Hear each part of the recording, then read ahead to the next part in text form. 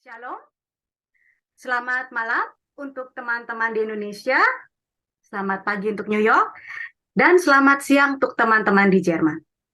Puji syukur kepada Tuhan Yesus Kristus atas kasih karunia-Nya. Kita boleh bertemu kembali di ibadah persekutuan KTB. Mari kita membuka ibadah kita dalam nama Bapa, Anak, dan Roh Kudus. Saya akan membacakan satu firman Tuhan yang terambil dari Yesaya 54 ayat 10. Sebab biarpun gunung-gunung beranjak dan bukit-bukit bergoyang, tetapi kasih setiaku tidak akan beranjak daripadamu, dan perjanjian damaiku tidak akan bergoyang. Firman Tuhan yang mengasihani engkau. Amin. Kita percaya bahwa kasih setianya selalu mengiringi dan menyertai kita semua. Mari kita pusatkan hati dan pikiran kita untuk menyembah dan memuji Tuhan. Untuk itu, saya persilahkan Adik Yanti Verstedt untuk memberikan pujian dan penyembahan kepada Tuhan. Ya, silahkan Adik Yanti. Terima kasih Kak Dewi. Puji Tuhan, kita akan mempersiapkan hati kita untuk memuji menyembah Tuhan dengan firman Tuhan. Kita mau meninggikan nama Tuhan, sebab Tuhan Yesus baik, sebab kasih-Nya tak terbatas dalam kehidupan kita. Sebab itu, mari kita pusatkan hati dan pikiran kita untuk menyembah Tuhan. Haleluya. Yesus,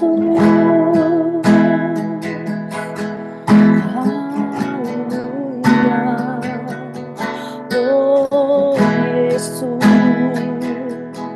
Kau sungguh baik. Yesus, namamu indah. Yesus, ku cinta Kau selalu, ku tinggikan, ku agungkan selamanya. Panggil nama Yesus, katakan Yesus,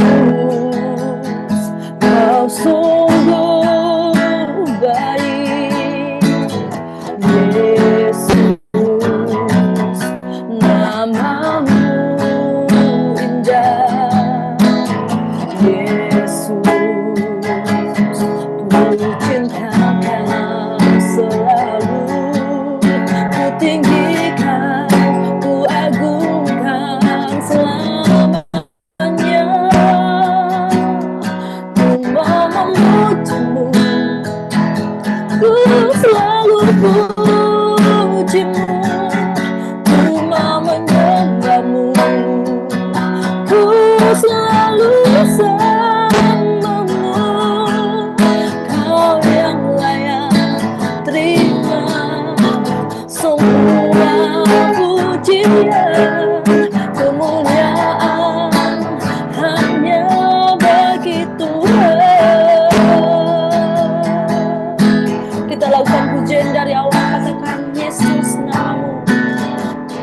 Yesus, Kau sungguh baik. Yesus, namamu indah.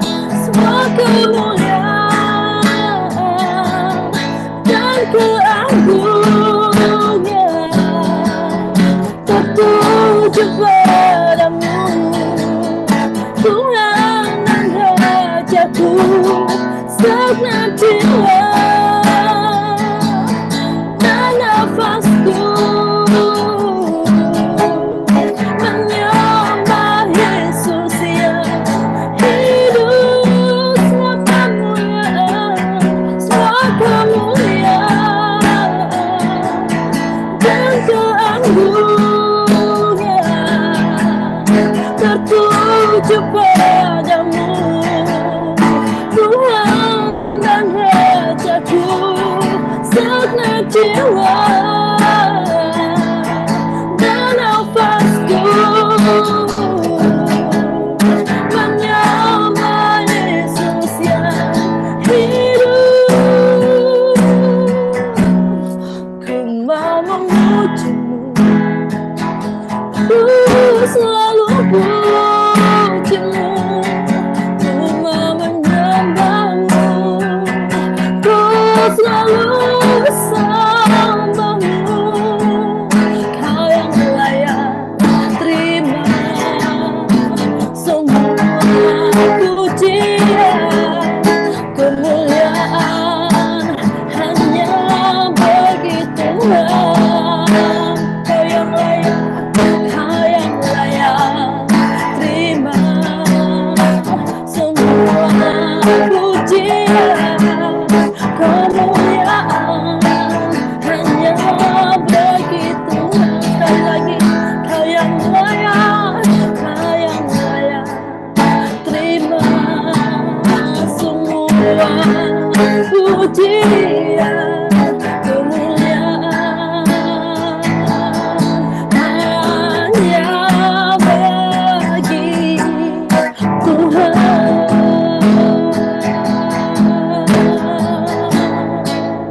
Terima kasih Tuhan, segala kemuliaan hanya bagimu. Hormat pujian kami naikkan kepadamu Tuhan. Haleluya Yesus.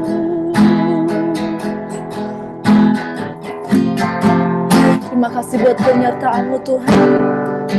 Musim akan selalu berganti. Orang-orang yang kami sayangi boleh meninggalkan kami, tetapi satu yang kami percaya, bahwa kasih-Mu Tuhan akan selalu menemani kami Tuhan. Haleluya. Kita akan mengangkat sebuah pujian lagi kepada Tuhan. Haleluya.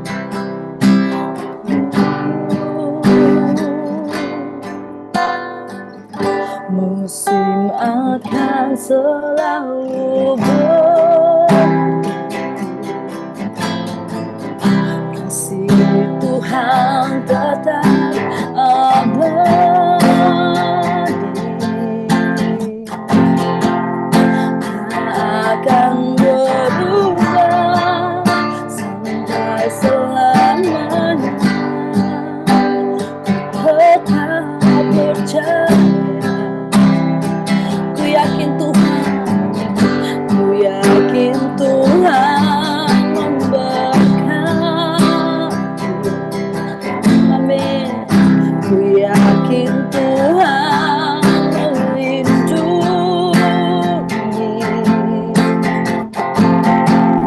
Burung di udara Tuhan pelihara, karena kasih-Nya. Sekali lagi kita angkat pujian dari awal. Katakan, musim akan selalu berganti. Kasih Tuhan tetap abadi,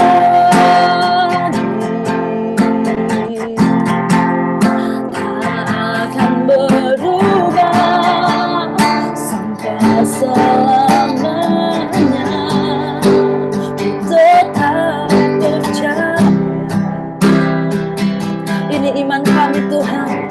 Ku yakin Tuhan memberkati. Amin. Ku yakin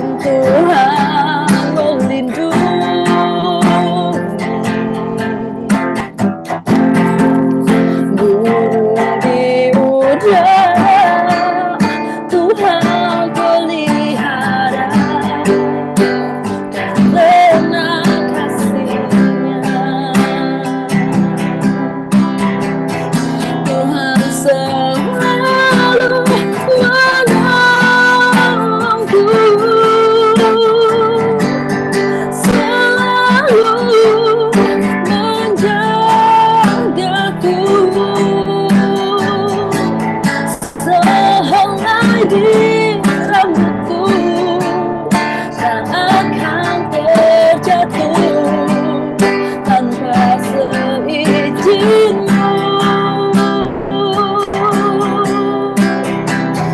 Tuhan selalu menolongku,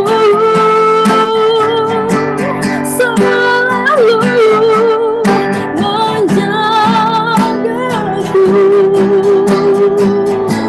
Ia mengenyangkanku dan peliharaku seumur hidupku. Tuhan selalu, oh Tuhan selalu menolongku, selalu menjagaku.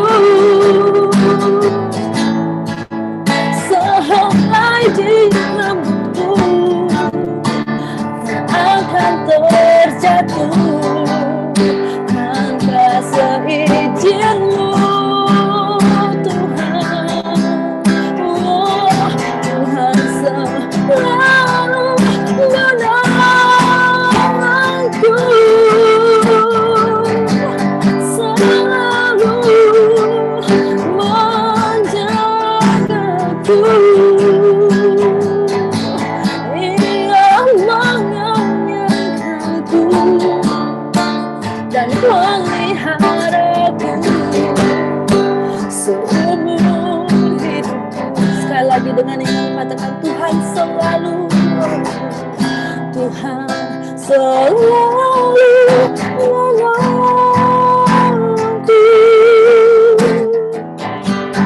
selalu menjagaku. Sehelai di rambutku tak akan terjatuh tanpa seizinmu. Tuhan selalu menolongku, selalu menjagaku. Ia mengenyangkanku dan peliharaku seumur hidupku. Ia mengenyangkanku dan peliharaku seumur hidupku. Amin. Iya, terima kasih Adik Yanti Verstedt untuk pujian dan penyembahannya. Begitu indah sekali dan memberkati kita semua. Terima kasih. Dan sekarang kita mau masuk ke doa pembukaan ibadah. Maaf. Kami mohon Kakak Sri untuk memimpin doa pembukaan sekaligus doa dengar firman Tuhan.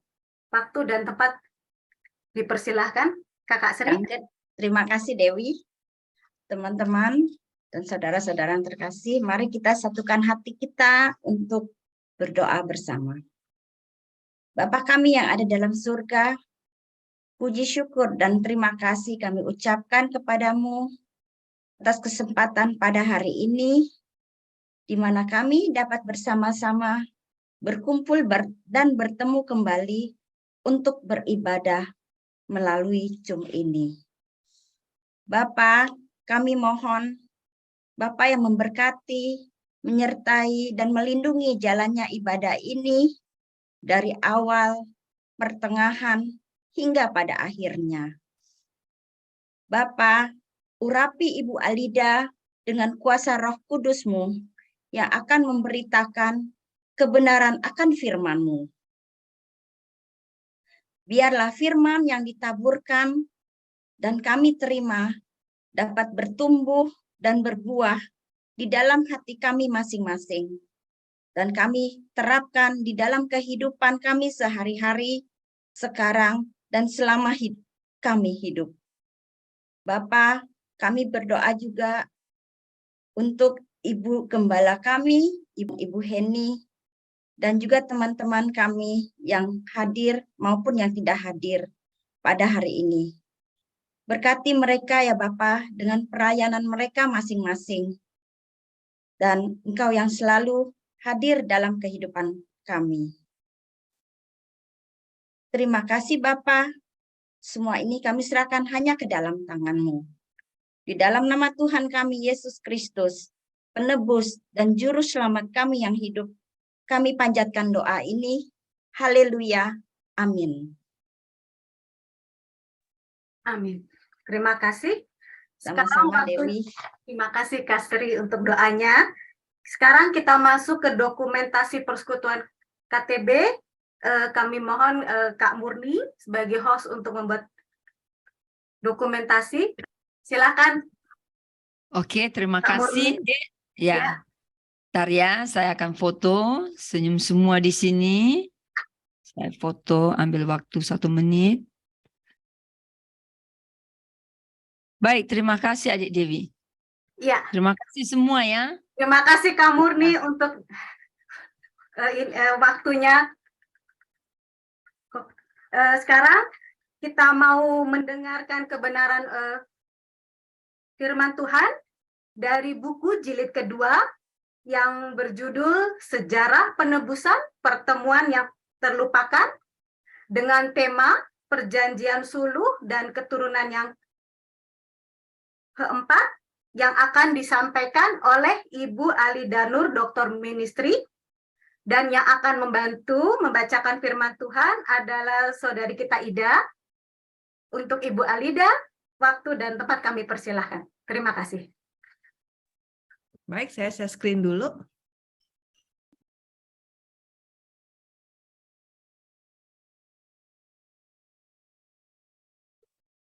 Oke. Tadi judulnya sudah dibaca. Untuk hari ini kita akan ada 3 bagian yang akan dibahas. Yang bagian pertama adalah mengenai isi dan penegasan dari Perjanjian Suluh.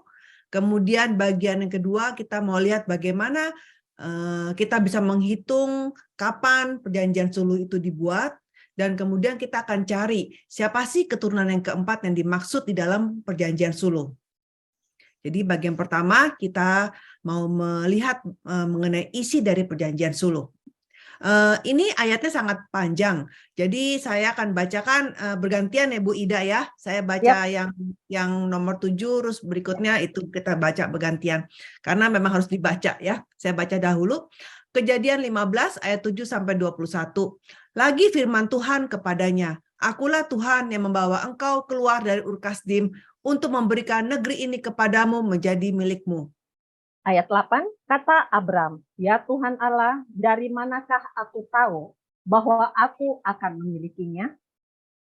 Firman Tuhan kepadanya, ambillah bagiku seekor lembu betina berumur 3 tahun, seekor kambing betina berumur 3 tahun, seekor domba jantan berumur 3 tahun, seekor burung tekukur, dan seekor anak burung merpati.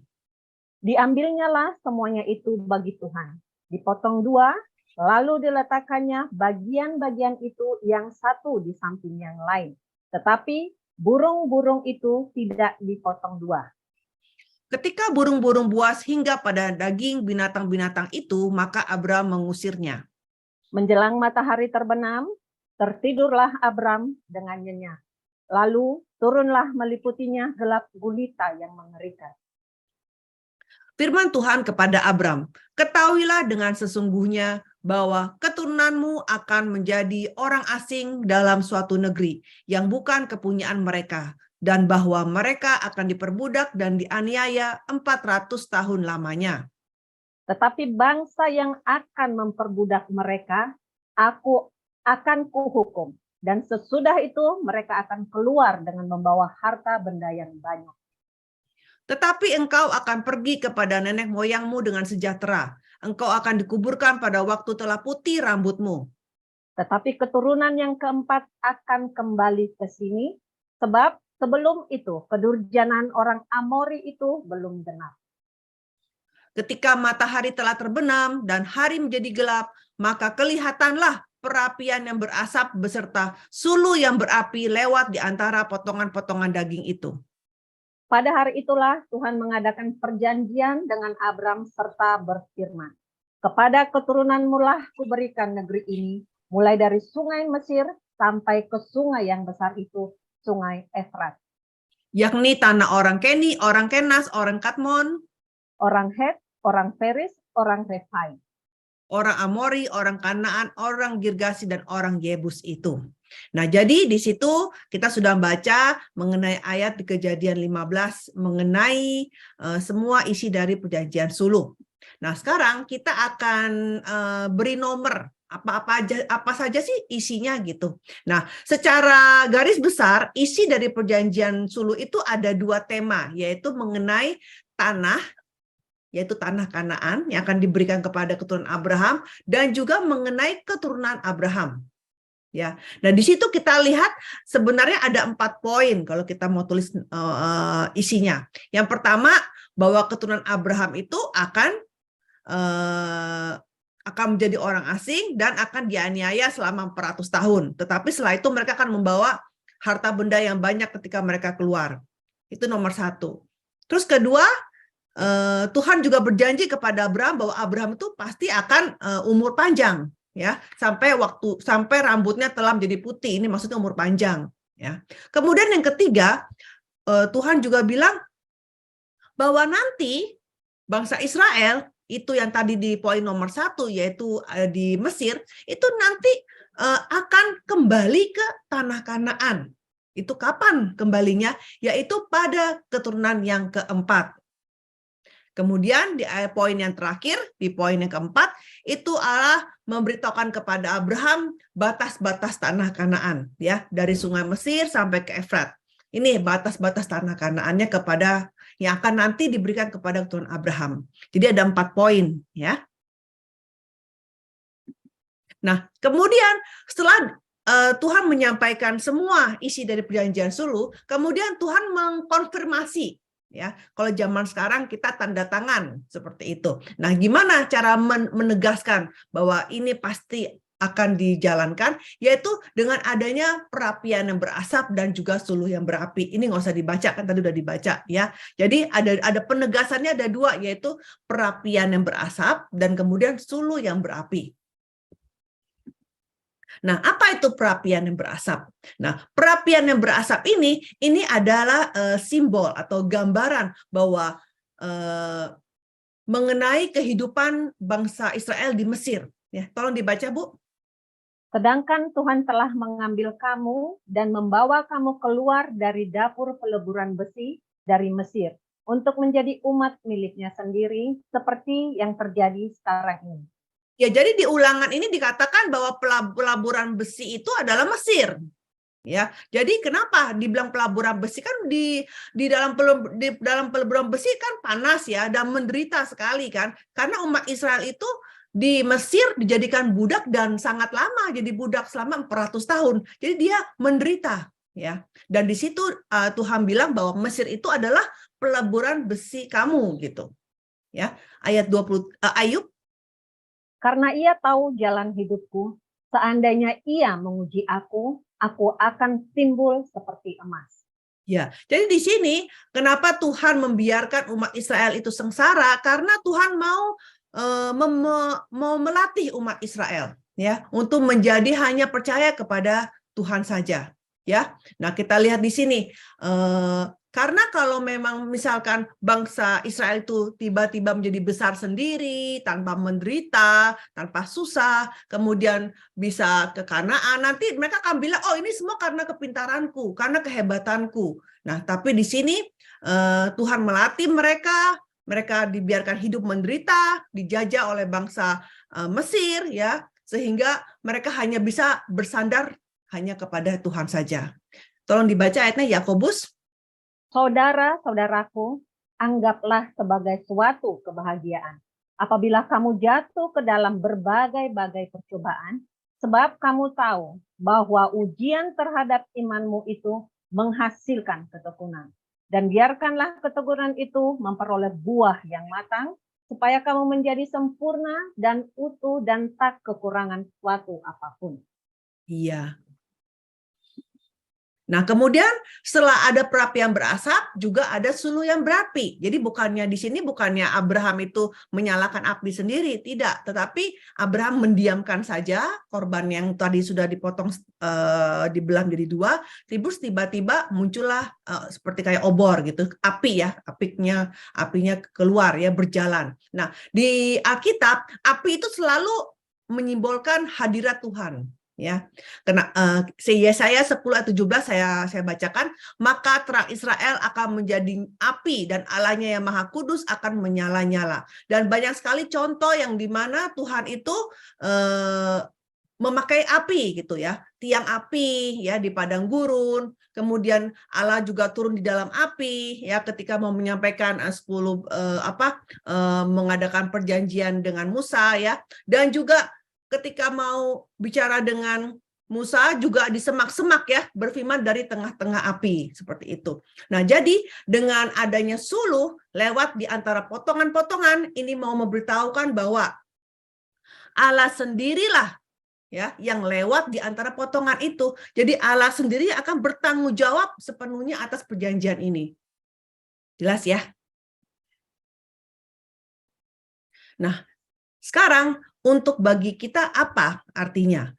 Penampilan dari perapian yang berasap dan juga suluh yang berapi ini memberikan pelajaran yang penting ya, yang berhubungan dengan penyelamatan keturunan-keturunan Abraham yang dijanjikan dengan darah Kristus. Jadi pelajaran buat kita apa? Meskipun jawaban Tuhan itu kok sepertinya lama sekali ya, sepertinya kok ditunda-tunda ya, tapi jika kita terus menantikan sampai akhir sambil kita mengusir ya yang semua yang namanya kuasa kegelapan yang menghalangi jawaban, maka kita pasti akan menghalangi hadirat Tuhan. Ya, dan juga meskipun berada di dalam pencobaan ya, pencobaan yang sampai-sampai kadang-kadang kita sampai tidak kuat, bahkan sampai-sampai kita tidak bisa melihat di depan karena asapnya terlalu tebal ya. Tetapi kita jika hanya berpegang kepada Yesus saja, kita juga pasti akan menang ya. Karena kenapa? Karena Allah ikut serta bersama kita. Allah ikut bersama kita dalam kesesakan itu. Ya, seperti suluh berapi yang menerangi malam ya, seperti kalau Yusuf, tahu Yusuf anaknya Yakub ya yang dipenjarakan ya, itu pun walaupun Yusuf di dalam penjara ya, itu pun Tuhan selalu menyertai Yusuf dalam penjara itu ya. Dan juga perapian yang berasap ini juga adalah alat untuk menguji kita, untuk memurnikan kita. Ya, tapi meskipun kita lagi diuji, ya, meskipun kita di dalam masa yang menderita, tetapi dengan adanya suluh dikasih penghiburan. Allah juga bersama dengan kita, ya. Dan Allah itu adalah Tuhan Yesus itu adalah Immanuel kita ya, bersama-sama dengan kita di dalam masa kesusahan itu. Ya. Nah, kita baca 2 Timotius 2:13. Jika kita tidak setia, dia tetap setia, karena dia tidak dapat menyangkal dirinya. Iya, maksudnya apa? Maksudnya di sini karena Allah itu setia, Allah tidak bisa berbohong, Allah juga tidak bisa menyangkal diri dia, ya. Nah, karena dia setia, maka yang tadi perjanjian suluh, semua isi perjanjian yang tadi dia sampaikan kepada Abraham itu pasti akan bergerak maju, pasti akan digenapi. Nah, hari ini juga sama ya. Jaminan kita akan menang, akan selamat kepada orang-orang yang percaya itu juga ada pada kesetiaan Allah.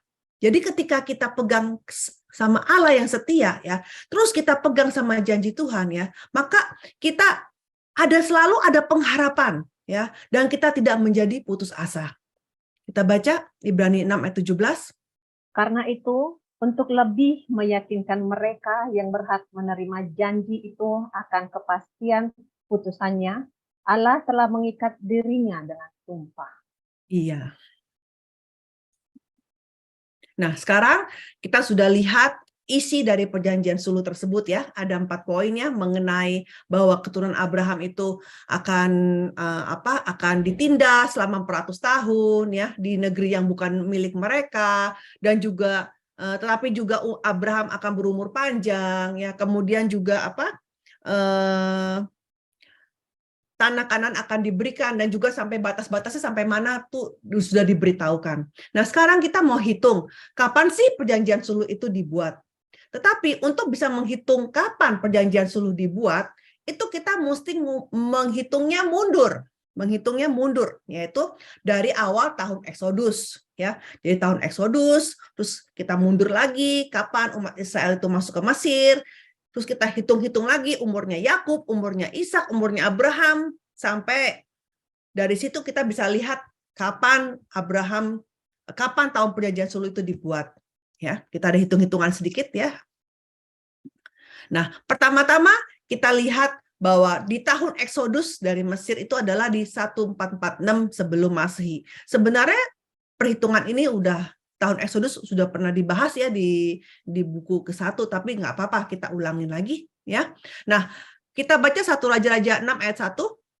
Dan terjadilah pada tahun ke-480, sesudah orang Israel keluar dari tanah Mesir. Pada tahun ke-4 sesudah Salomo menjadi raja atas Israel dalam bulan Ziv, yakni bulan yang kedua, maka Salomo mulai mendirikan rumah bagi Tuhan. Iya, nah Salomo menjadi raja itu sudah sangat diketahui oleh umum, yaitu di tahun 970 SM. Ya, itu bisa cari di Google, itu ketemu semua. Jadi karena semua ahli teologi sudah confirm bahwa Salomo menjadi raja di tahun 970 SM. Nah, berarti di tahun keempatnya, kan kalau sebelum Masehi, kalau kita maju berarti makin berkurang, ya kan? Berarti di tahun keempatnya Salomo menjadi raja itu adalah 966 SM. Tapi di sini dibilang umat Israel keluar dari tanah Mesir di 480, berarti 966 ditambah 480, ketemulah angka tahun tersebut, yaitu tahun Eksodus adalah 1446 SM. Mengerti di sini? Ya. Nah, untuk sebagai tambahan saja, ya, ketika umat Israel itu keluar, yaitu Eksodus, itu waktu itu Firaunnya siapa? Yaitu di masa Amenhotep yang kedua, raja Mesirnya. Ya, itu ada, saya tulis di situ di 145 di Amenhotep kedua, yaitu raja Firaunnya. Ya. Sedangkan Firaun yang mau membunuh Musa itu adalah Tutmos ketiga, ya, sebelumnya. Ya. Nah, kemudian ada lagi konfirmasi catatan, yaitu di Hakim-Hakim 11 ayat 26. Tolong dibaca. Ketika orang Israel diam di Hesibon dengan segala anak kotanya, di Aroer dengan segala anak kotanya, dan di segala kota sepanjang kedua tepi sungai Arnon selama 300 tahun. Mengapa pada waktu itu engkau tidak melepaskan kota-kota itu? Oke, yang tadi nomor 1 yang mengenai kita lihat dulu di sini. Ini kan ada warna-warni nih, ya. Ya. Nah, tadi yang warnanya hijau tua ini yang paling bawah 966 ditambah 480 itu kita hitungnya kan dari Raja Salomo. Ya kan? Raja Salomo, ya. Kemudian yang tadi yang di Hakim-Hakim ini itu yang warnanya orange, yang paling atas. Ya. Nah, sekarang kita mau lihat yang warnanya kuning dulu sebelumnya. Untuk sebagai informasi, ya, berapa lama sih sebenarnya waktunya? Kita hitung, ya. Di padang gurun itu yang warnanya kotak putih itu 40 tahun di padang gurun. Nah, setelah tiba di Kanaan, tahu ya, setelah tiba di Kanaan berarti kan Jericho, ingat nggak? Yang tembok Jericho runtuh, itu kan ada story-nya. Nah, itu mereka karena sampai di Kanaan ternyata kan banyak suku kan, jadi bukan tanah kosong kan di Kanaan. Berarti mereka mesti berperang dong untuk bisa menduduki tanah tersebut, ya. Bukan hanya perang sama kota Jericho, tapi dengan kota-kota yang lain. Kota Jericho mah cuma ujungnya aja, ya kan? Ujungnya Kanaan saja. Ya, nah perang itu membutuhkan waktu 16 tahun. Itu ada ditulis, ya, 16 tahun penaklukan di Kanaan. Nah, kemudian setelah Kanaan ditaklukkan selama 16 tahun, ya, kemudian Jenderal Yosua juga mati, kemudian bapak-bapak leluhur lain itu juga sudah mati, kemudian zaman apa? Zaman hakim-hakim. Nah, zaman hakim-hakim itu adalah 340 tahun. Ya. Dan setelah itu barulah ada raja pertama, yaitu Saul. Nah, Saul itu memerintah selama 40 tahun. Kemudian Daud juga 40 tahun. Ya. Kemudian Salomo, tadi kan dibilangin kan membangun bait sucinya di pemerintahan yang keempat. Berarti 4 tahun. Ya kan? Nah, jadi 40 tambah 16, kita lihat di warnanya yang hijau muda itu 40 tambah 16 tambah 3, 40, ditambah 84 sama dengan 480. Jadi ini tepat sekali perhitungannya. Ya. Nah, tapi sekarang tadi kita baca Hakim-Hakim 11 ayat 26. Ini siapa yang ngomong, ya kan? Nah, ini bicara mengenai Hakim Yefta. Ya, coba sekarang kita lihat yang warnanya orange itu, ya. Nah, Yefta waktu itu, jadi Yefta itu bukan hakim yang pertama, ya. Hakimnya udah mau akhir itu ada namanya Hakim Yefta. Jadi setelah Hakim Yefta baru Nabi Samuel, ya. Ada juga hakim-hakim kecil lainnya, ya. Nah, jadi waktu itu Bani Amon, ya, bangsa Amon itu terus ada menindas bangsa Israel. Dan penindasan itu sangat lama, sekitar 20 tahun menindas, ya. Jadi akhirnya umat Israel mengeluh dan akhirnya ada namanya Hakim Yefta. Ya. Nah, Hakim Yefta ini tapi orangnya agak bijak. Dia nggak mau langsung perang gitu sama langsung perang sama Bani Amon. Jadi Hakim Yefta dia mengirim utusan dulu kepada Bani Amon. Kenapa sih kamu kok maunya perang gitu, ya kan? Seperti ditanya dulu kenapa gitu, alasannya apa, masalahnya apa gitu. Nah, kemudian dijawab oleh Bani Amon. Ya, karena waktu kamu dulu datang ke Kanaan, ya, kamu merebut tanah leluhur kami. Ya gitu. Jadi jelas ya maksudnya ya, ibu-ibu ya. Jadi waktu Hakim Yefta kirim utusan kepada Bani Amon, kenapa sih kamu menindas bangsa Israel terus? Ya, terus Bani Amon bilang, ya. Karena kamu dulu pada waktu datang ke Kanaan, kamu merebut tanah kami. Jadi kami mau rebut kembali, begitu katanya Bani Amon. Tapi kemudian Yefta bilang di ayat 26 ini, ya, kalau lebih tepatnya sih kalau nanti ibu baca lagi di rumah ayat-ayat sebelumnya ya. Jadi Yefta bilang, loh, kami nggak rebut tanah Anda gitu. Karena sebenarnya pada waktu kami masuk ke Kanaan, sebelum masuk Kanaan, itu sebenarnya kami itu cuma mau numpang lewat, numpang permisi gitu. Ya, kita mau permisi mau ke Kanaan. Tapi untuk bisa ke Kanaan harus melewati wilayahnya Bani Amon. Nah, tetapi karena kalian waktu itu nggak mau kasih jalan, ya, kita bilang permisi, numpang lewat, kalian nggak mau. Malah kalian ngajak perang. Nah, karena ngajak perang, kebetulan kita menang, ya kan? Nah, karena bangsa Israel menang, ya otomatis tanahnya jadi milik Israel. Seperti itu. Tapi nggak terima. Maka itu dikatakan seperti ini, Yefta. Ketika orang Israel diam di Hesbon dan di segala kota sepanjang kedua tepi sungai selama 300 tahun. Jadi maksudnya begini, Yefta bilang 300 tahun yang lalu, itu berarti pas masuk Kanaan, ya. 300 tahun yang lalu, ya, udah tidak ada masalah gitu. Maksudnya udah jadi tanah milik kami. Nah, jadi kalau kita hitung, ternyata omongan Yefta ini tepat juga karena 300 tahun, ya. Kemudian Yefta dan juga Nabi Samuel juga 56 tahun. Kemudian 40 tambah 4, totalnya pas sama. Ya. Jadi benar sekali di sini bahwa tahun Exodus adalah di 1446 SM, ya. Jadi sudah sesuai dengan catatan di raja-raja dan juga catatan di hakim. Ya. Nah, kemudian kalau memang sudah ada di Mesir, keluar dari Mesir, berarti kapan masuk Mesir? Ya. Nah, di Keluaran 12 ayat 40-41 dikatakan bahwa orang Israel diam di Mesir selama 430. Berarti tinggal dijumlahin saja. 1446 ditambah 430. Berarti sama dengan 1876 SM. Nah, ketika masuk Mesir, kan keluarga Yakub kan masuk ke Mesir. Waktu Yakub datang ke Mesir, Yakub diinterview sama Firaun, ya. Coba tolong dibaca, Bu, Kejadian 47:9. Jawab Yakub kepada Firaun, tahun-tahun pengembaraanku sebagai orang asing berjumlah 130 tahun. Tahun-tahun hidupku itu sedikit saja dan buruk adanya. Tidak mencapai umur nenek moyangku, yakni jumlah tahun mereka mengembara sebagai orang asing.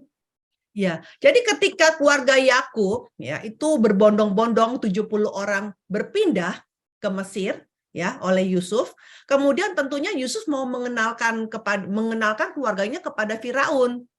Jadi Yakub dibawa ke Raja Firaun, terus Firaun interview Yakub ya. Kamu umur berapa Yakub gitu ya kan? Nah, Yakub bilang umurku 130 tahun.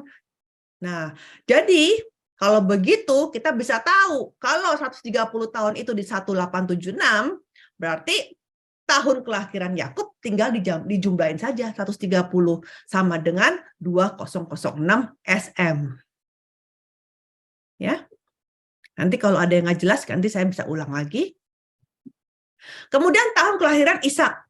Itu kapan? Nah, di sini dibilang di Kejadian 25-26 bahwa Ishak berumur 60 tahun pada waktu Esau dan Yakub lahir. Ya, berarti 2006 ditambah 60 sama dengan 2066 SM. Itu adalah tahun kelahiran Ishak. Begitu juga, gimana tahu tahun kelahiran Abraham? Sama juga ya. Di sini dikatakan di Kejadian 21 ayat 5 bahwa Abraham berumur 100 tahun ketika Ishak anaknya lahir. Berarti 2066 ditambah 100 sama dengan 2166 SM. Ya, jadi kita jelas sekali di sini. Tetapi sekarang tolong dibaca, Bu, Kejadian 12 ayat 4b. Abram berumur 75 tahun ketika ia berangkat dari Haran. Nah, ya. Jadi kita lihat di sini. Ketika dia berangkat dari Haran umurnya 75. Jadi ketika dia berangkat umur berapa? Di tahun berapa itu tahun kalendernya? Yaitu di 2166 dikurang 75 yaitu 2091 SM. Ya, jadi berangkat dari Haran dan tiba di Kanaan di 2091 SM. Tiba di Kanaan. Nah, sekarang kita lihat apa yang terjadi di Kanaan. Nah, kita lihat di sini Abraham mengambil Hagar ya, yaitu 10 tahun ya setelah di Kanaan. Tolong dibaca. Kejadian 16 ayat 3. Jadi Sarai, istri Abram itu mengambil Hagar, hambanya orang Mesir itu, yakni ketika Abram telah 10 tahun tinggal di tanah Kanaan, lalu memberikannya kepada Abram, suaminya, untuk menjadi istrinya. Iya, tadi kan berangkat dari Haran ke Kanaan di usia 75 tahun. Setelah 10 tahun kan jadi umur 85, sehingga 2081. Dan setelah itu 1 tahun kemudian di umur 86 Ismail lahir ya. Jadi dari sini kita lihat Abraham berumur pada waktu berumur 86 tahun itu tahunnya berarti menjadi 2081 ya. Kita lihat nih Abraham berumur 86 tahun ketika Hagar melahirkan Ismail baginya. Kan tadi 82081. Iya betul, ini salah ini sebentar.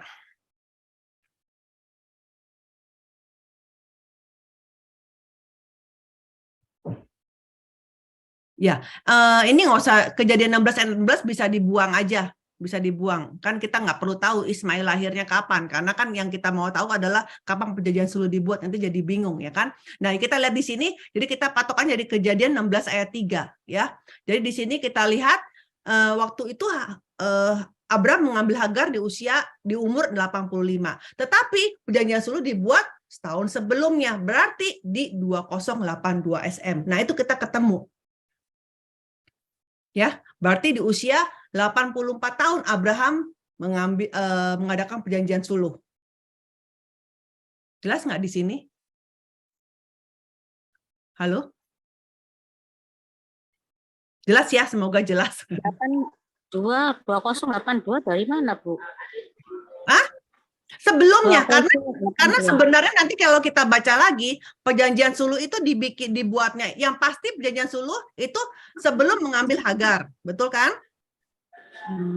Sebelum mengambil Hagar. Tetapi juga setelah perang dunia yang pertama, yang di Kejadian pasal 14 itu ada perang besar ya, perang besar yang antara 4 negara melawan 5 negara seperti itu. Oh ya, Kedor Laomer itu ya, ada Ya, Bella. ya. Jadi, tetapi setelah perang itu ya Abraham kan berhasil menolong Lot, ya kan? Tapi setelah menolong Lot, tapi kemudian dia takut karena kenapa? Ya nanti bisa diserang balik dong, ya kan? Kan kalau namanya perang itu bisa saling balik-balikan nyerang gitu kan? Ya, jadi dia sangat takut, dan karena sangat takut, maka itu Tuhan langsung mengadakan perjanjian suluh ini. Karena kalau kita lihat di perjanjian di Kejadian 15, bentar saya lihat ayatnya. Itu dimulainya dibilang Abraham, jangan takut gitu kan. Karena Abraham sangat khawatir, memang dia sudah menyelamatkan Lot, tapi dia takut sekali karena kenapa? Nanti jangan-jangan yang 4 negara itu akan serang dia balik dan dia hanyalah keluarga gitu loh. Maka itu di Kejadian pasal 15 di ayat 1 saya baca ya. Janganlah takut Abram, akulah perisaimu, upamu akan sangat besar. Ini pas setelah Abram menolong Lot gitu. Nah, jadi sebenarnya di sini Abram udah takut sekali gitu ya. Takut sekali, tapi kemudian langsung Tuhan kasih penghiburan, jangan takut, langsung Tuhan kasih konfirmasi. Yuk kita buat perjanjian. Jangan khawatir ya. Jadi pasti kamu akan punya keturunan ya, dan juga tanah ini pasti akan menjadi milik kamu. Seperti itu. Ya, karena pada waktu perang, pada waktu dia menyelamatkan Lot, kan Abram belum punya anak. Jadi dia pikir kalau nanti musuhnya akan menyerang dia balik, terus suatu keluarga mati semua, ya sudah, ya kan? Boro-boro, ya kan? Dia nggak akan punya keturunan, nggak punya apa-apa, dan tanahnya pun juga nggak ada. Maka itu dia takut. Maka itu kemudian Tuhan langsung mengadakan perjanjian suluh. Jadi perjanjian suluh itu diadakannya sebelum dia mengambil Hagar. Ya, sebelum mengambil Hagar. Nah, masalahnya baru mengadakan perjanjian suluh sudah dikasih tahu bahwa nanti kamu akan punya keturunan, sudah ya, tetapi kita lihat di sini Abraham juga imannya waktu itu bagaimana? Hanya baru 1 tahun, ya, ditunggu-tunggu kok belum datang keturunannya, ya kan? Belum istrinya Sarah belum hamil, maka ketika itu langsung Sarah bilang kepada Abraham untuk ambillah ini si Hagar ini, seperti itu. Jelas? Jadi perjanjian suluh dibuatnya sebelum mengambil Hagar. Sebelum mengambil Hagar.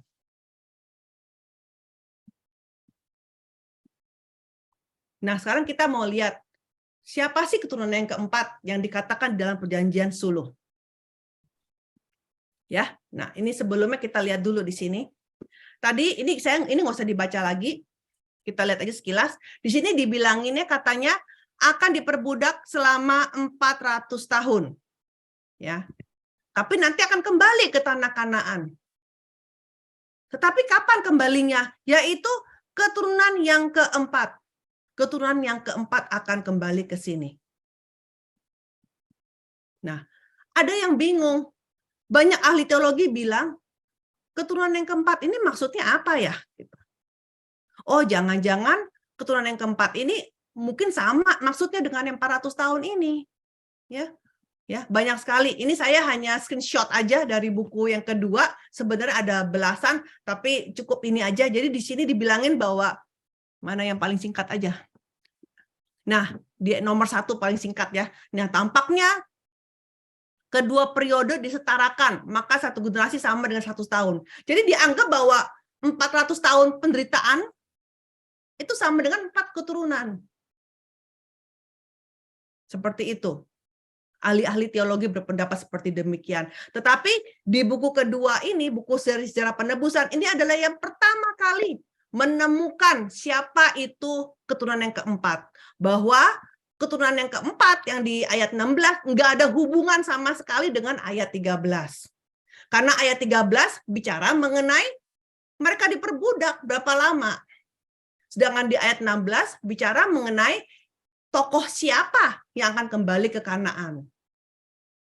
Jelas nggak di sini? Ya. Jadi di ayat 13 dan ayat 16 itu sebenarnya tidak ada hubungannya. Kebetulan aja angkanya kayak 4 gitu ya, 400 tahun sama 4 keturunan keempat, tapi tidak ada hubungan. Tetapi ahli-ahli bilang itu sebenarnya maksudnya sama gitu. Seperti itu. Ya. Tapi kita akan lihat kenapa ini yang pertama kali dalam sejarah baru dinyatakan, dan ini sangat waktu itu banyak menerima banyak kasih karunia ya, para pendeta dan juga para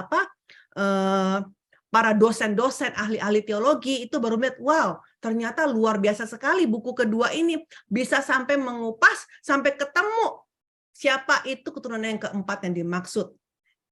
Ya. Nah, sekarang kita lihat dulu 400 tahunnya. Nah, kita lihat di sini di Keluaran 12 ayat 40, ini adalah lamanya orang Mesir di Israel, yaitu 430 tahun. Dari 430 tahun itu Tuhan bilang apa? 400 tahunnya akan diperbudak dan dianiaya. Jadi lihat di sini, umat Israel tinggal di Mesir selama 430 tahun. Tapi dari 430 tahun ini, ya, yang 400 tahunnya diperbudak. Nah, kok angkanya beda? Ya tentu angkanya beda. Karena kenapa?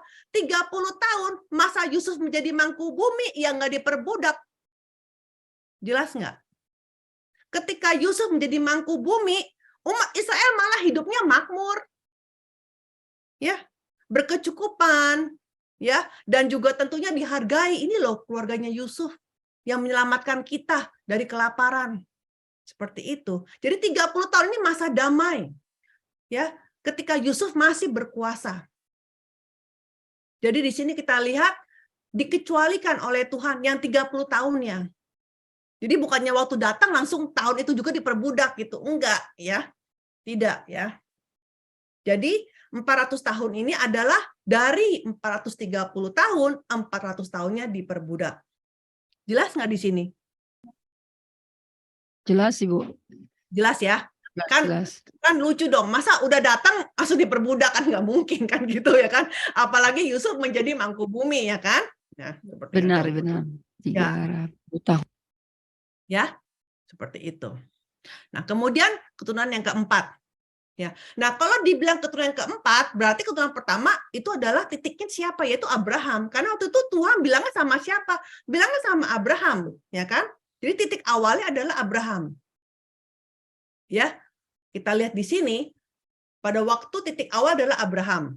Kan kemudian Abraham itu mati kan? Ya, mati dan kemudian dikuburkan di Gua Makpela. Nah, Gua Makpela itu di mana? Lokasinya di tanah Kanaan. Ya, jadi sebenarnya Gua Makpela itu kapan? Kok bisa tiba-tiba ada Gua Makpela? Jadi ceritanya begini. Ceritanya waktu itu istrinya Abraham mati, si Sarah. Ketika istrinya Sarah mati, karena mereka itu orang asing, tidak punya tanah, tinggalnya juga di kemah, maka mereka harus beli tanah untuk bisa menguburkan si Sarah ini.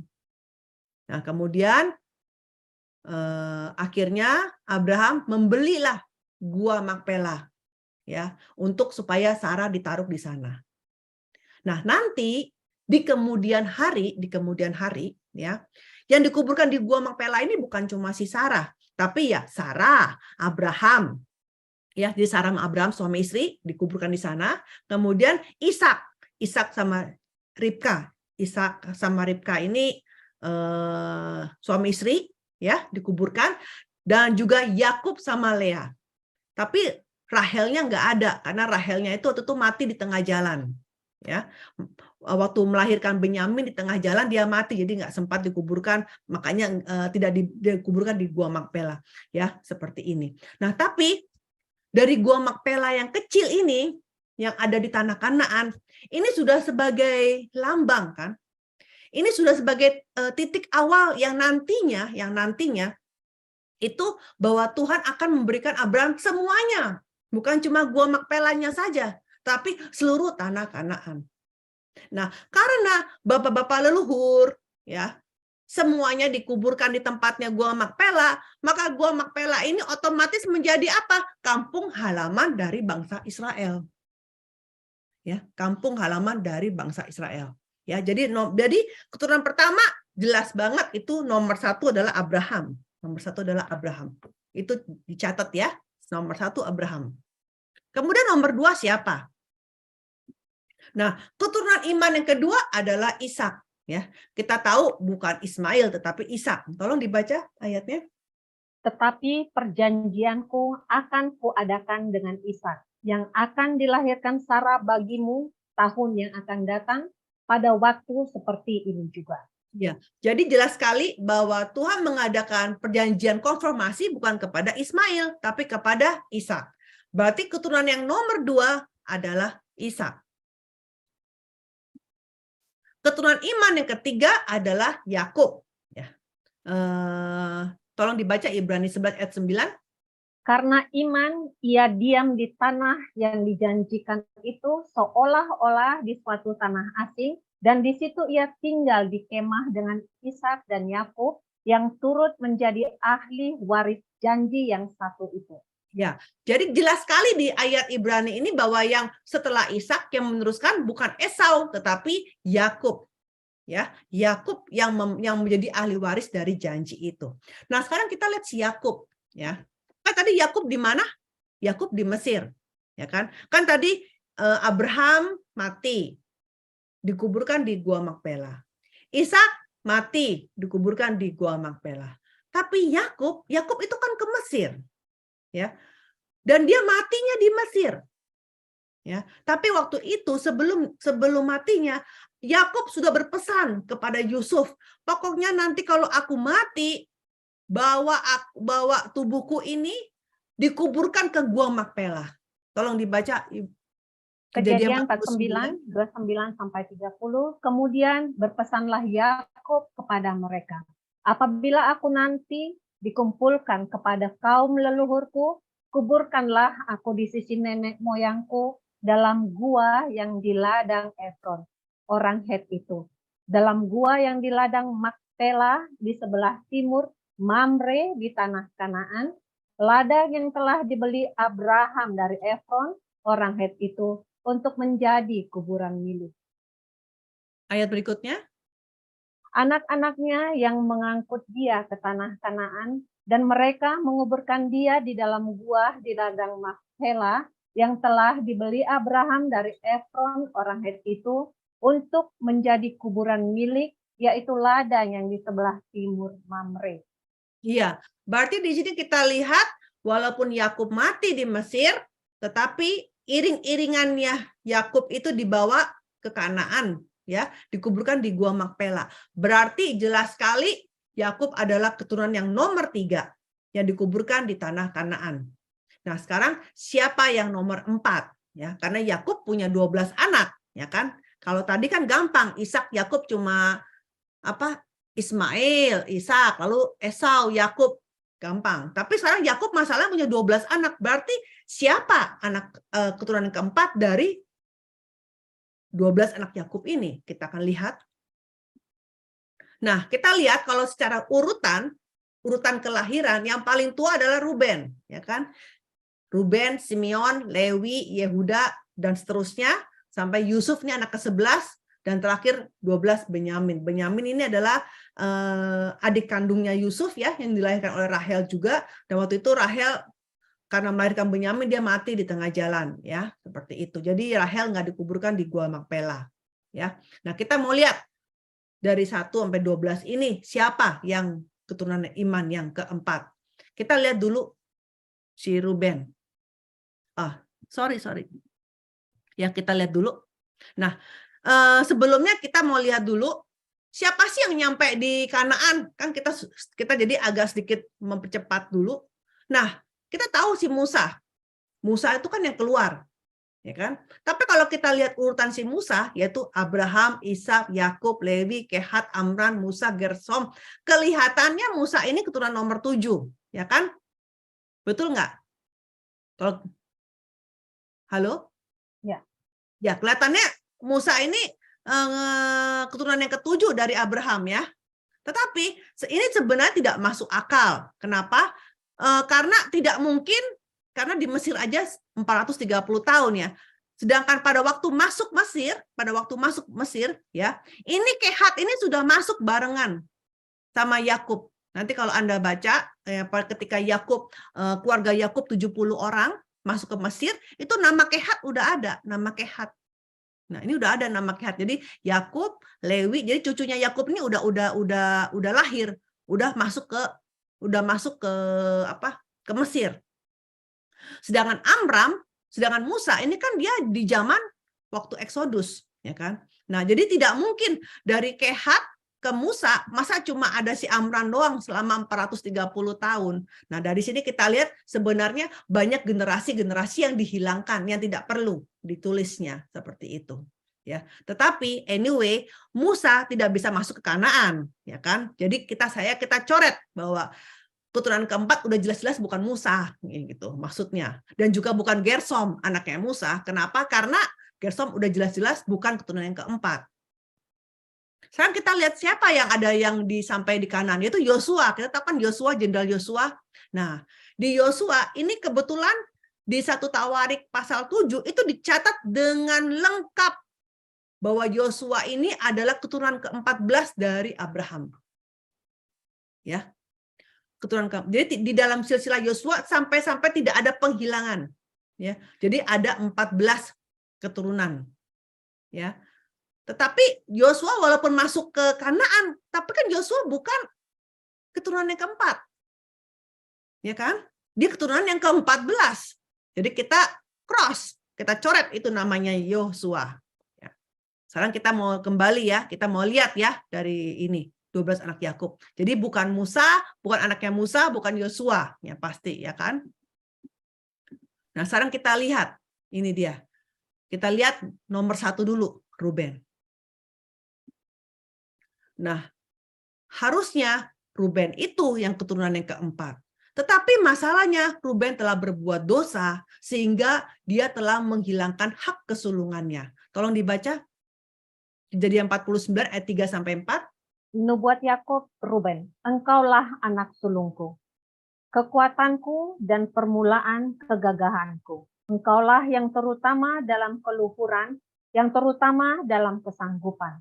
Engkau yang membual sebagai air, tidak lagi engkau yang terutama. Sebab engkau telah menaiki tempat tidur ayahmu, waktu itu engkau telah melanggar kesuciannya.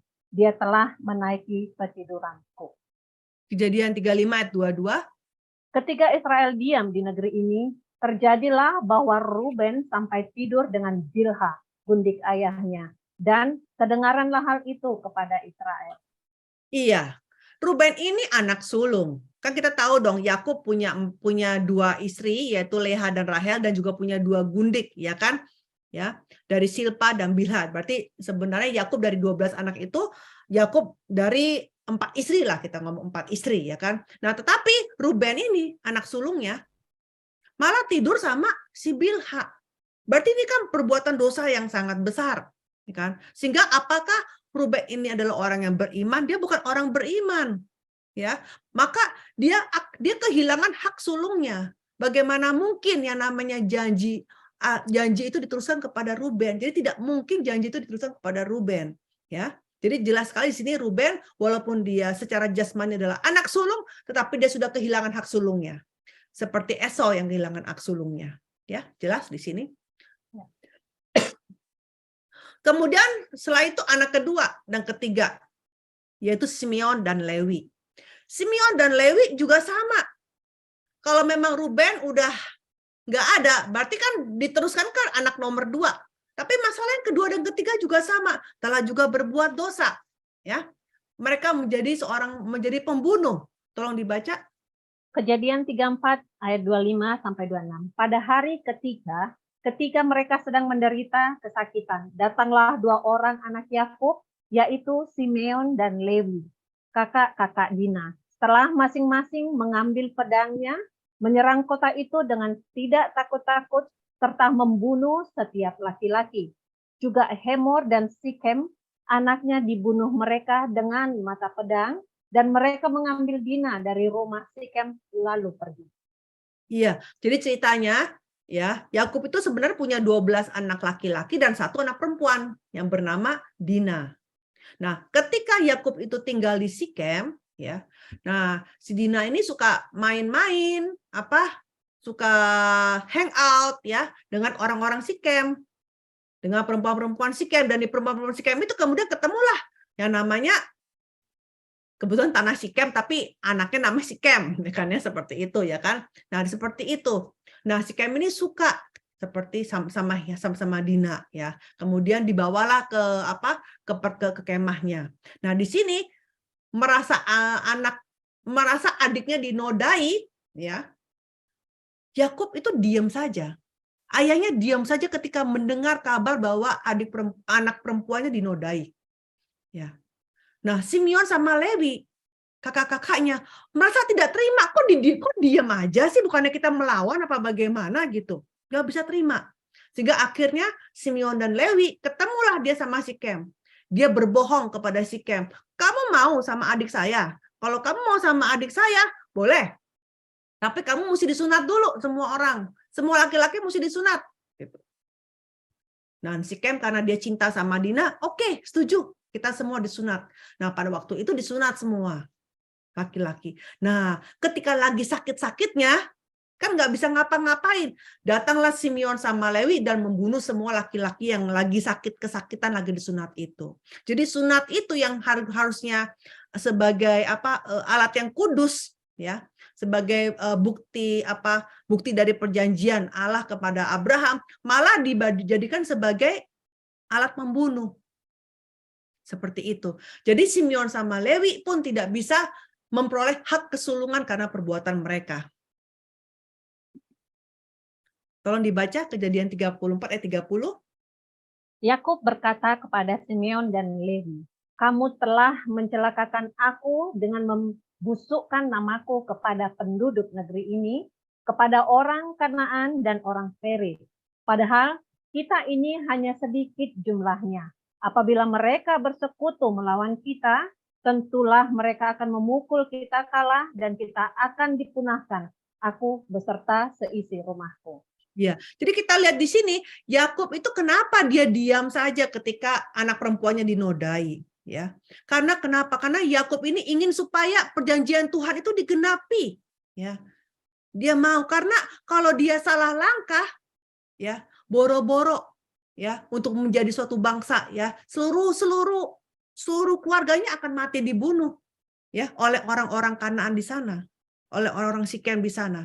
Maka itulah Yakub dengan ada memakai hikmat, dia udah lebih baik diam saja, nggak mau cari ribut, ya kan? Maka ketika Yakub mendengar perbuatan Simeon dan Lewi, takut sekali Yakub. Aduh, gimana sih begitu? Ya, seperti itu. Dan kemudian di Kejadian 45 ayat 56, ketika Yakub mau mati, Yakub bernubuat mengenai Simeon dan Lewi. Tolong dibaca. Simeon dan Lewi bersaudara. Senjata mereka ialah alat kekerasan. Janganlah kiranya jiwaku turut dalam permufakatan mereka. Janganlah kiranya rohku bersatu dengan perkumpulan mereka. Sebab dalam kemarahannya mereka telah membunuh orang dan dalam keangkaraannya mereka telah memotong urat keting lembu. Iya. Jadi sekarang maka itu anak sulungnya menjadi Yehuda nomor 4, ya. Kejadian 49 ayat 10, tolong dibaca. Tongkat kerajaan tidak akan beranjak dari Yehuda ataupun lambang pemerintahan dari antara kakinya sampai dia datang yang berhak atasnya. Iya. Nah, kita lihat di sini, ya, kalau dalam bahasa Inggrisnya bukan dia, ya, tapi silo, sampai silo datang yang berhak atasnya. Kalau baca Indonesia memang kurang jelas ya, tapi kalau dalam bahasa Inggris jelas sekali, silo. Nah, silo sendiri kan kayak salam damai kan, shalom gitu ya kan. Nah, itu artinya damai ya. Shalom ya, shalom, Salem, itu semua nama Salomo ya, itu semua nama-namanya itu arti katanya artinya damai ya. Jadi dibilang sampai dia datang yang berhak atasnya. Terus tongkat kerajaan tidak akan belajar dari Yehuda, dan kita tahu dong raja-raja semua datangnya dari raja Yehuda kan, Raja Daud, Salomo, dan terus sampai akhirnya Yesus datang ya, itu datang dari Yehuda.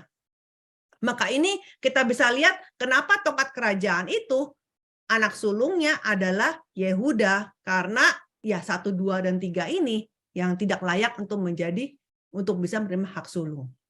Tetapi walaupun demikian ya, meskipun Yehuda ini anak sulung yang benar-benar anak sulung secara jasmani, jadinya jasmani karena kenapa? Karena Yesus datang dari Yehuda, tetapi Alkitab juga bilang walaupun dia sulung, tapi sebenarnya bukan dia yang sulung. Nah, ini juga lucu ya. Unik sekali ayat ini ya. Nah, kita lihat di sini. Tolong yang dibaca.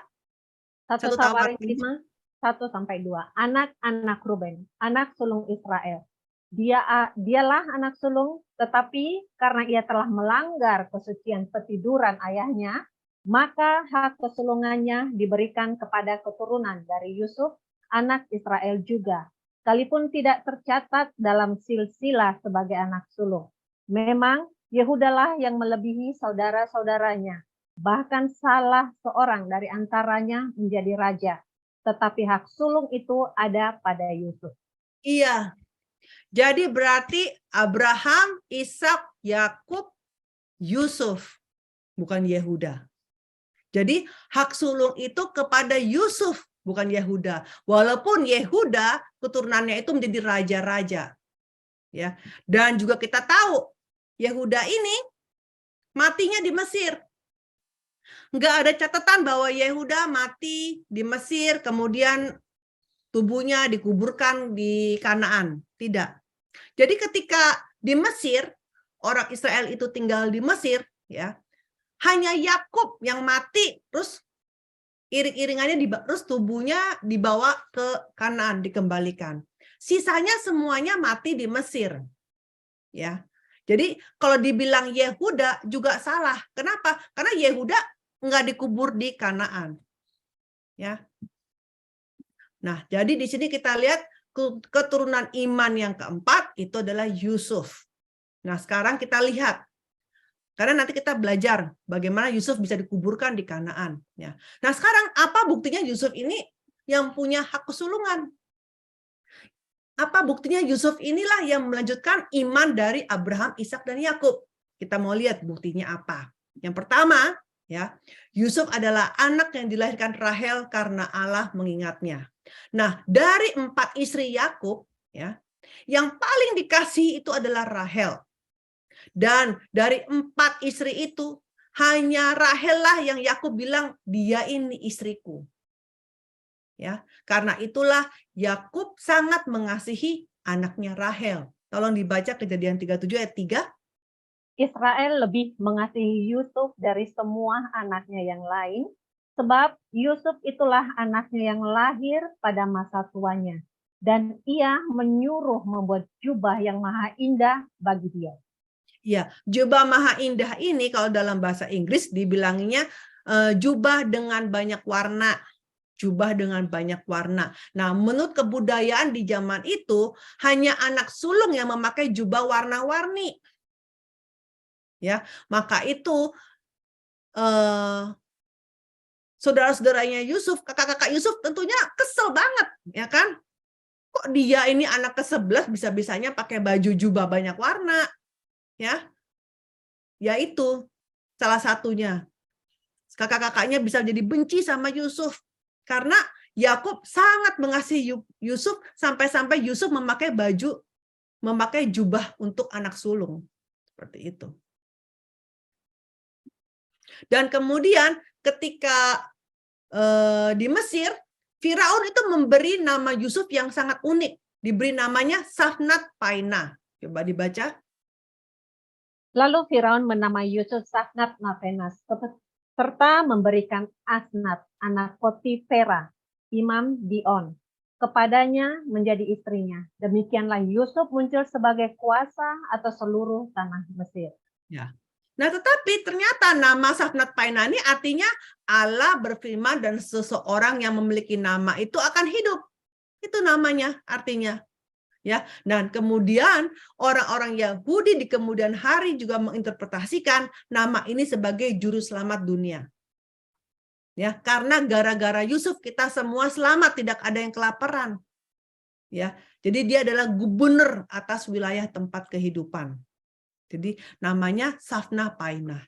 Jadi Firaun kasih nama itu saja sudah ada artinya. Ya. Nah, juga nama ini diberikan oleh Firaun, ya, bahwa Firaun ini sangat mempercayai Yusuf dan juga Allahnya Yusuf. Tolong dibaca. Lalu berkatalah Firaun kepada para pegawainya, mungkinkah kita mendapat orang seperti ini, seorang yang penuh dengan roh Allah? Kata Firaun kepada Yusuf, oleh karena Allah telah memberitahukan semuanya ini kepadamu, tidaklah ada orang yang demikian berakal budi dan bijaksana seperti engkau. Iya. Nah, kemudian nama Safnat Painah juga ternyata artinya penunjang kehidupan. Nah, yang namanya penunjang kehidupan itu biasanya kan juga anak sulung, ya kan? Anak tugas utama dari anak sulung. Nah, ternyata Yusuf ini bukan hanya menunjang kehidupan keluarganya, tapi menunjang kehidupan dari seluruh bangsa. Ya kan? Coba kita baca Kejadian 50 ayat 20-21.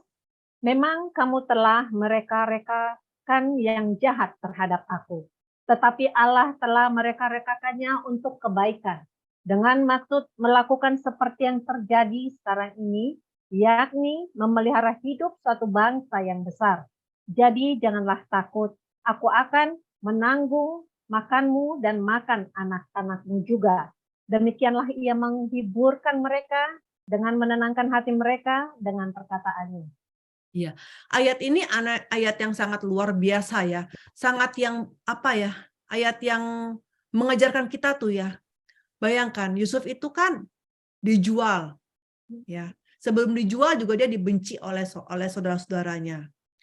Setelah dibenci ya, dia juga dijual ya. Kemudian juga kerja sama Potifar, itu pun juga dia dikira mau menodai istri Potifar ya. Kemudian dia dimasuk ke dalam penjara.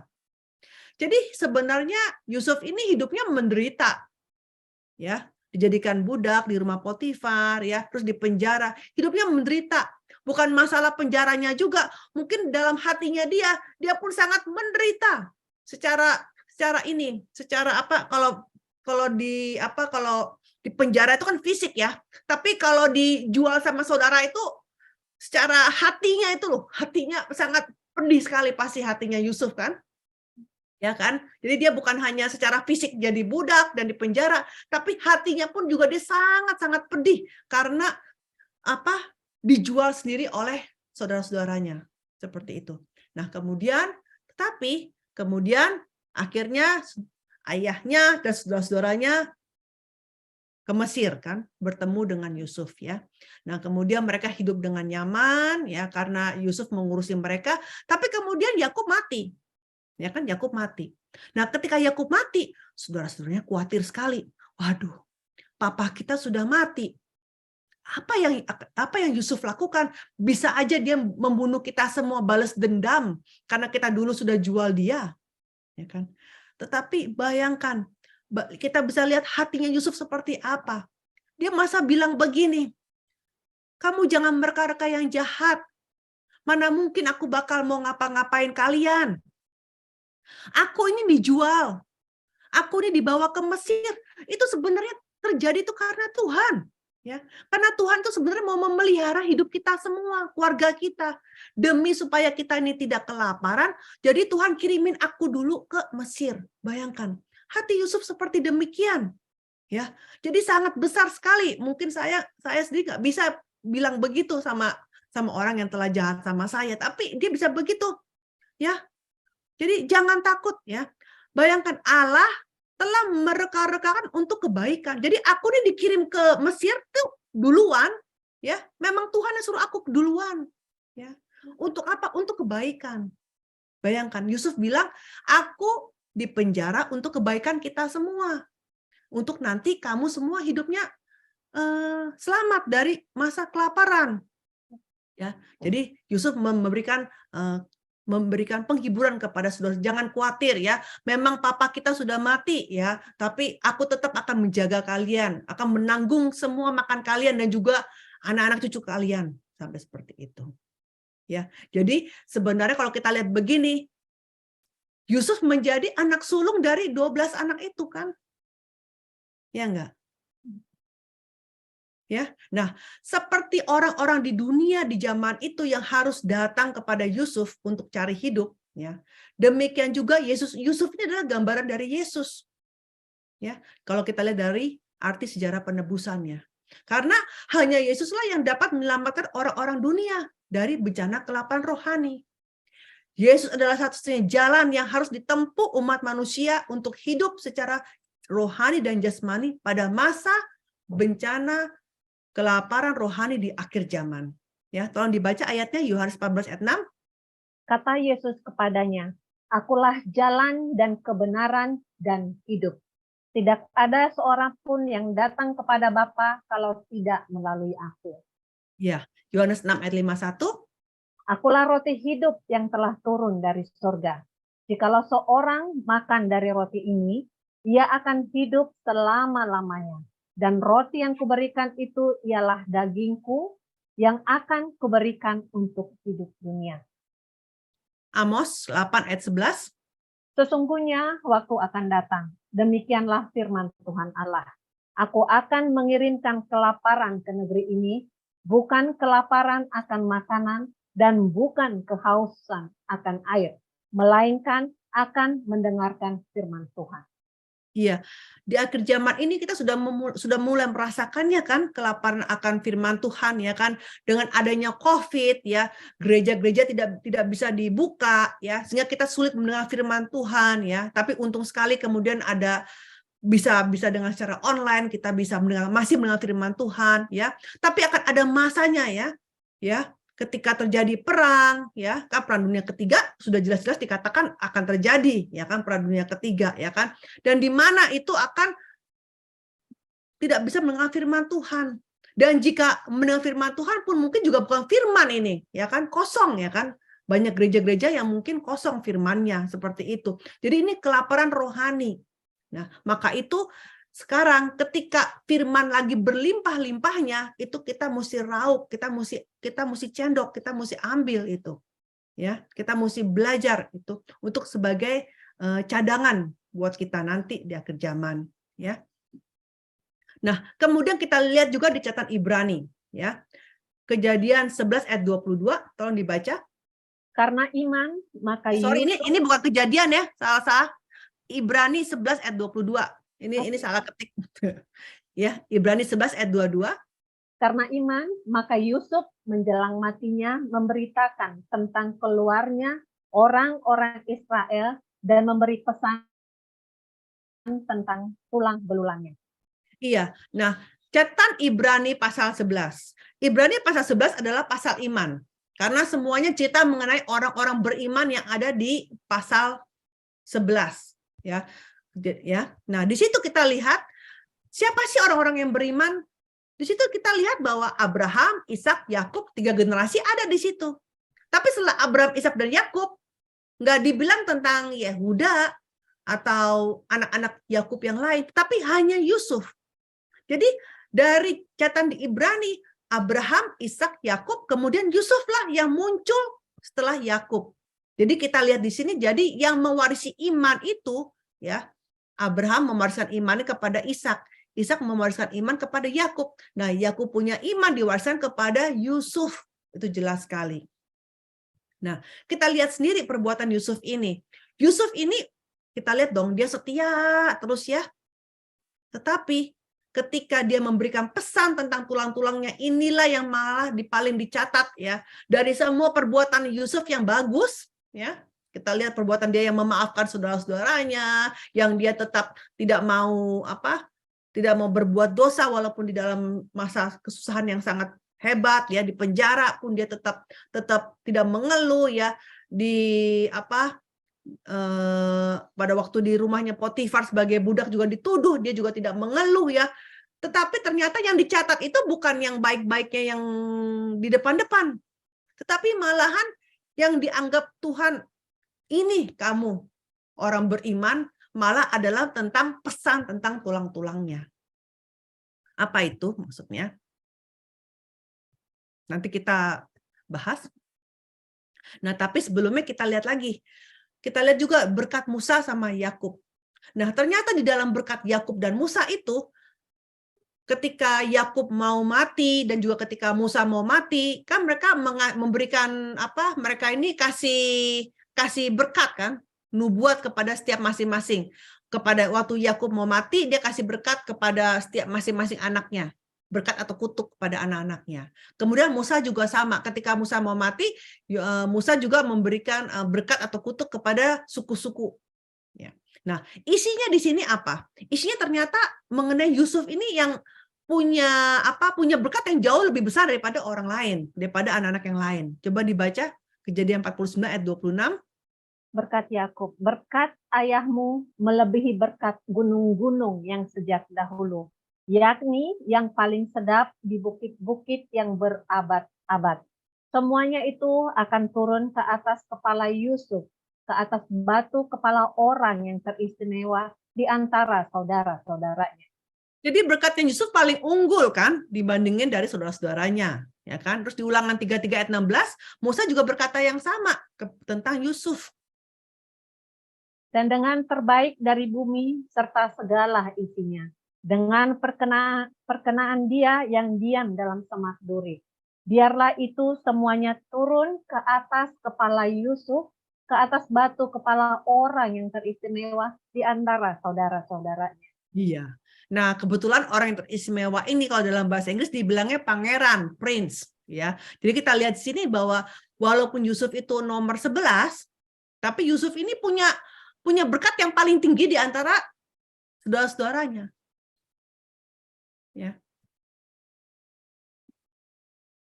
Dan juga Yusuf kita lihat dia adalah orang yang rendah hati sebagai orang abdi. Tolong ini nggak ada ayatnya, ya. Nah, kita lihat di sini. Waktu itu Yesus mengajarkan kepada murid-muridnya bahwa yang terbesar dalam kerajaan sorga adalah pelayan dari semuanya. Ya. Jadi kita lihat di sini bahwa anak sulung itu adalah orang besar. Ya, karena orang yang melayani orang lain adalah orang yang terbesar. Itu ada di Matius 20 ayat 26, nanti dibaca saja di rumah, ya. Jadi anak sulung yang sejati adalah orang yang melayani atau orang yang rendah hati, ya. Jadi di sini Yesus sudah mengajarkan bahwa orang yang terbesar dalam kerajaan sorga adalah justru orang yang melayani. Ya, orang yang rendah hati. Nah, kalau kita lihat si Yusuf sendiri dari 12 anak Yakub, ya, yang menjalani kehidupan yang melayani ya cuma Yusuf. Ya, dia dengan rela hati, taat ketika ayahnya menyuruh dia pergi ke Sikem, ya, 100 km dari Hebron. Ya. Dan kemudian ketika ia menjadi mangku bumi di Mesir, Yusuf juga dengan setia memelihara ayahnya dan juga sanak saudaranya dan juga keturunan mereka. Ya, jadi kita lihat di sini Yusuf adalah anak sulung yang sejati, ya, yang melayani keluarganya. Ya, jadi Yusuf punya karakter yang sejati ini. Nah, sekarang kita sudah tahu, oke, turunan yang keempat adalah Yusuf. Tapi kemudian bagaimana Yusuf bisa kembali ke tanah Kanaan? Karena kita tahu Yusuf matinya di Mesir, ya. Tolong dibaca Kejadian 50 ayat 26. Kemudian matilah Yusuf, berumur 110 tahun.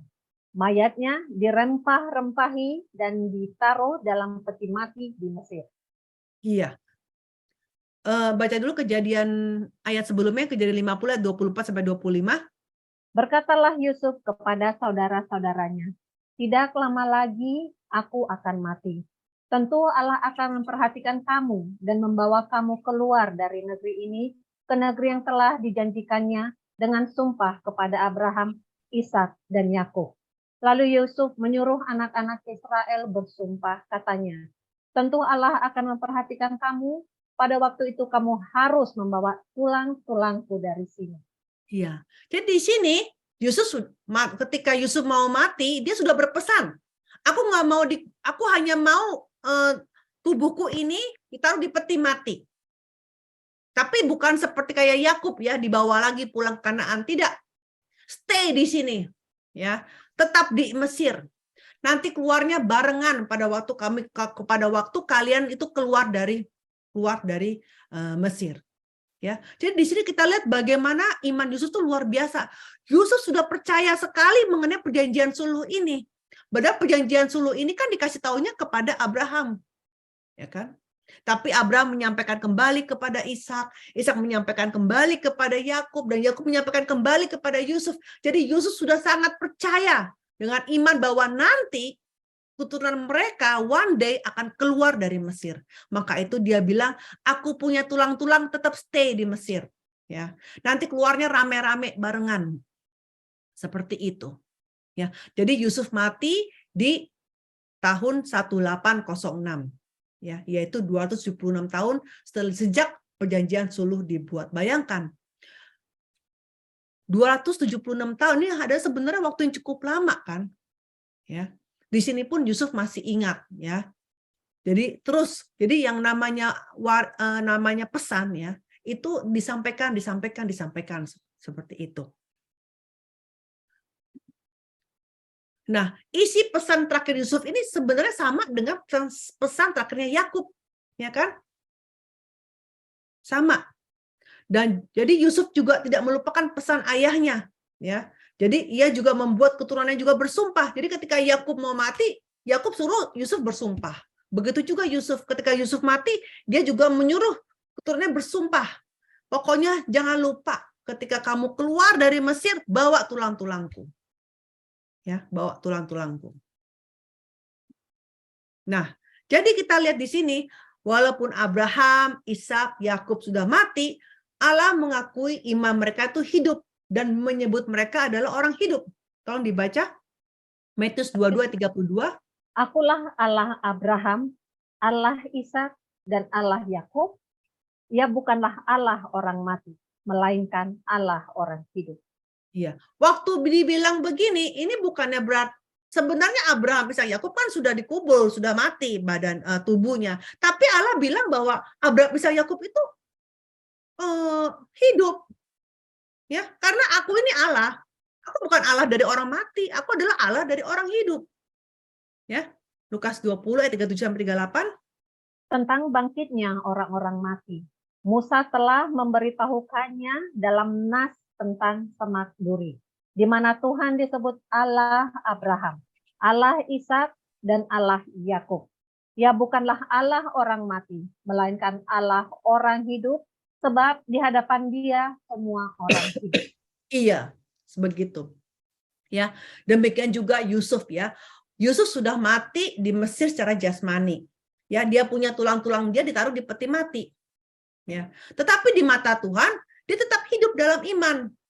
Jadi memang tubuhnya mati, tapi imannya hidup. Jadi orang-orang yang beriman yang sekarang ini dikubur, ya Tuhan bilang itu semua masih hidup karena imannya hidup. Ya, jadi janji Allah bahwa mereka akan kembali ke tanah Kanaan itu akan digenapi oleh 4 generasi iman yang memiliki iman yang hidup, yaitu Abraham, Ishak, Yakub, dan Yusuf.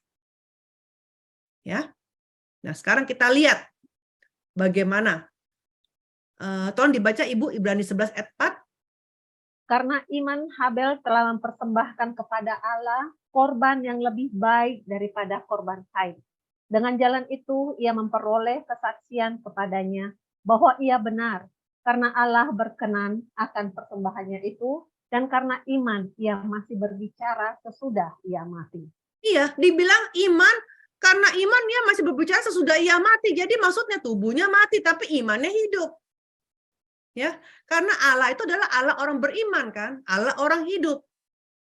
Ya, makanya kita orang Kristen tidak akan bakar kalau mati, terus kita bukan bakar tubuh itu ya, kita kubur ya, kita kubur seperti itu. Karena ini hidup, iman orang hidup ya. Seperti itu. Kejadian 4 ayat 10. Firman-Nya, apakah yang telah kau perbuat ini? Darah adikmu itu berteriak kepadaku dari tanah. Iya, masih jadi si Habel aja, iman Habel yang sudah mati ya, masih imannya masih bisa berbicara walaupun dia sudah mati. Jadi maksudnya di sini adalah bukan cuma Habel, tapi Abraham, Ishak, Yakub, Yusuf, walaupun sudah mati tapi hidup. Tapi hidup. Ya. Nah, sekarang tulang-tulang Yusuf itu dikuburkan di peti mati selama berapa tahun? Selama 360 tahun. Ya. Kan Eksodusnya di tahun 1446. Terus Yusuf mati di 1806. Berarti dikuburkan di peti mati selama 360 tahun. Bayangkan ya, yang namanya pesan itu ya. Jadi keturunannya Yusuf, nanti yang tua mati, yang tua berpesan lagi kepada yang muda berpesan lagi terus kayak tongkat estafet selama 360 tahun. Pesan itu terus disampaikan sampai Musa. Ya. Jadi Musa ini 360 tahun, Musa pun sudah mendengar bahwa nanti kalau suatu hari kita akan keluar. Bangsa Israel akan keluar dan akan membawa tulang Yusuf. Tolong dibaca Keluaran 13 ayat 19. Musa membawa tulang-tulang Yusuf. Sebab tadinya Yusuf telah menyuruh anak-anak Israel bersumpah dengan sungguh-sungguh, Allah tentu akan mengindahkan kamu. Maka kamu harus membawa tulang-tulangku dari sini. Iya, ketika Yusuf mau berpesan kan Musa belum lahir. Kan 360 tahun kan, Musanya belum lahir. Terus bagaimana Musa bisa tahu mesti bawa tulang-tulang Yusuf? Kan berarti pesan itu terus disampaikan kan? Disampaikan kepada keturunan sampai akhirnya si Musa. Ya, jadi bagi umat Israel, tulang-tulang Yusuf ini seperti kayak pengharapan buat mereka. Walaupun mereka hidupnya ditindas, dijadikan sebagai budak oleh bangsa Mesir, ya kan? Tapi dengan melihat tulang Yusuf, mereka punya penghiburan. One day kita akan keluar dari tempat ini, seperti itu. Ya, jadi tulang-tulang Yusuf ini menjadi daya pendorong umat Israel ya untuk kita ke Kanaan. Ya, sama hari ini tulang Yusuf itu kan jadi Immanuel bagi mereka. Hari ini kita juga sama, ketika kita menderita, kita susah hidup di bumi, kita pegang Yesus. Ada harapan. One day kita akan ke kerajaan sorga seperti itu. Akan meninggalkan tempat yang susah, menderita seperti ini. Ya. Jadi Eksodus itu bukan sesuatu yang tiba-tiba terjadi, yang kita bilang koinsiden, bukan sesuatu yang ini ya. Ini benar-benar peristiwa yang sudah memang akan terjadi untuk mengenapi perjanjian sulh. Jadi di padang gurun selama 40 tahun itu yang namanya peti Yusuf diangkat terus selama 40 tahun ya. Digotong terus selama 40 tahun. Ya. Dan kemudian ketika Yosua mati di 110 dan juga tanah Kanaan sudah dikonquer, sudah ditaklukkan, barulah Yusuf dikubur di Kanaan. Tolong dibaca Yosua 24 ayat 29 ayat 32. Dan sesudah peristiwa-peristiwa ini, maka matilah Yosua bin Nun, hamba Tuhan itu, ketika berumur 110 tahun. Lalu ia dikuburkan di daerah milik pusakanya, di Timnat Serah yang di pegunungan Efraim, di sebelah utara Gunung Gad. Orang Israel beribadah kepada Tuhan sepanjang zaman Yosua dan sepanjang zaman para tua-tua yang hidup lebih lama daripada Yosua, dan yang mengenal segenap perbuatan yang dilakukan Tuhan bagi orang Israel. Tulang-tulang Yusuf yang dibawa orang Israel dari Mesir dikuburkan mereka di Sikem, di tanah milik yang dibeli Yakub dengan harga 100 kesita dari anak-anak Kemor, bapak Sikem, dan yang ditentukan bagi Bani Yusuf menjadi milik pusaka mereka. Iya. Ya, jadi keturunan keempat itu siapa? Yaitu Yusuf, ya kan? Ya, jadi perjanjian sulh itu dibuatnya di 2082. tetapi tulang Yusuf dikuburkan di 1390. Berarti perjanjian sulh itu digenapi 692 tahun kemudian. Jadi walaupun sangat lama, tapi itu digenapi. Nanti kita bicara lagi yang mengenai apa itu Sikem, ya itu di pelajaran yang berikutnya. Dan juga nanti mulai bulan depan kita akan belajar nih Abraham, Ishak, Yakub dan Yusuf, sejarah kehidupan mereka. Tapi karena itu sangat panjang, kita akan bagi jadi 2 sesi, ya. Dan kita tutup pelajaran hari ini dengan berdoa. Bapak yang di sorga, kami sangat bersyukur ya Bapak, karena kami sudah belajar Bapak, bagaimana perjanjian sulh ini Bapak digenapi di 692 tahun kemudian. Sangat lama Bapak, tetapi Engkau ya adalah Allah yang setia yang menepati janji-Mu. Bapak, tolong Bapak, agar kami semua yang mendengar firman-Mu pada hari ini pun bisa menjadi penggenap-penggenap dari janji-Mu ya Bapak. Untuk kami bisa menerima tanah kerajaan sorgawi ya Bapak. Terima kasih ya Bapak, dan sampai dengan mulai dari hari ini Bapak, tolong kiranya Engkau senantiasa meneguhkan iman kami ya Bapak, untuk kami dapat selalu hanya memegang Yesus saja dalam hidup kami ini Bapak. Dan Bapak, jika dalam hidup kami ini ada banyak penderitaan, banyak kesusahan, Bapak, Engkaulah satu-satunya harapan kami ya Bapak. Terima kasih ya Bapak, dan dalam nama Tuhan Yesus kami berdoa. Amin. Terima kasih untuk Ibu Alida, untuk firman Tuhan, kebenaran firman Tuhan yang Ibu sampaikan, sangat memberkati kita semua. Saya pribadi sangat terberkati, Bu, dengan kisahnya Yusuf. Luar biasa sekali.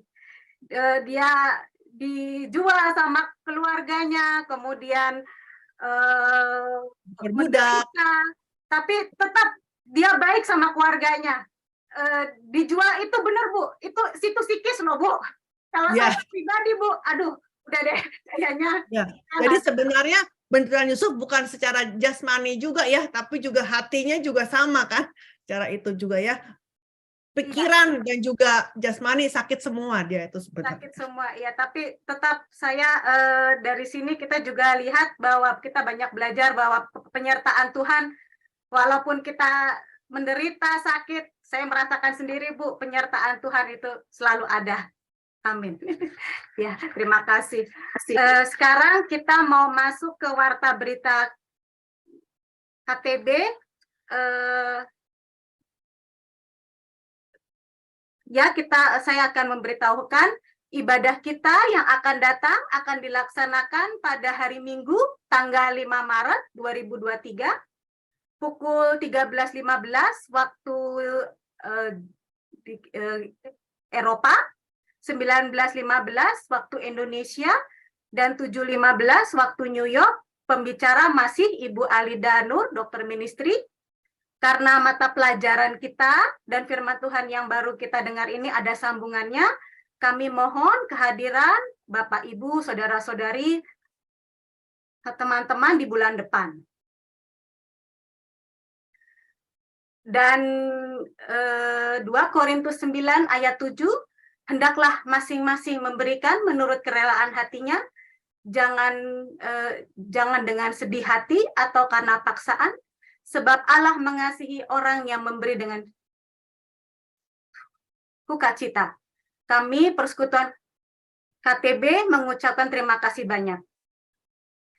Kami atas nama KTB mengucapkan terima kasih kepada Ibu Alida Nur yang sudah menjadi pembicara kami pada minggu ini. Terima kasih Ibu. Kiranya Tuhan Yesus memberkati pelayanan Ibu. Dan juga Ibu Heni sebagai Ibu Gembala kami yang sudah setia melayani dan menemani kami, mendampingi. Kiranya Tuhan Yesus juga memberkati pelayanan Ibu juga. Dan untuk teman-teman yang sudah melayani dan teman-teman yang sudah bergabung, kiranya Tuhan Yesus memberkati kita semua. Di sini saya juga mau mengingatkan kembali tanggal 5 Maret 2023 untuk teman-teman tetap ikut hadir, karena firman Tuhan seperti yang tadi sudah disampaikan menyambung dengan yang bulan ini. Kita akan lebih banyak lagi belajar mengenai bagaimana itu perjanjian suluh dengan Abraham, Ishak. Nah, kita sekarang mau masuk ke pujian penyembahan dan doa syafaat. Pujian persembahan akan dibawakan oleh Kakak Yanti Krans, kemudian doa syafaat oleh Kakak Epi, dan doa akhir oleh Ibu Heni.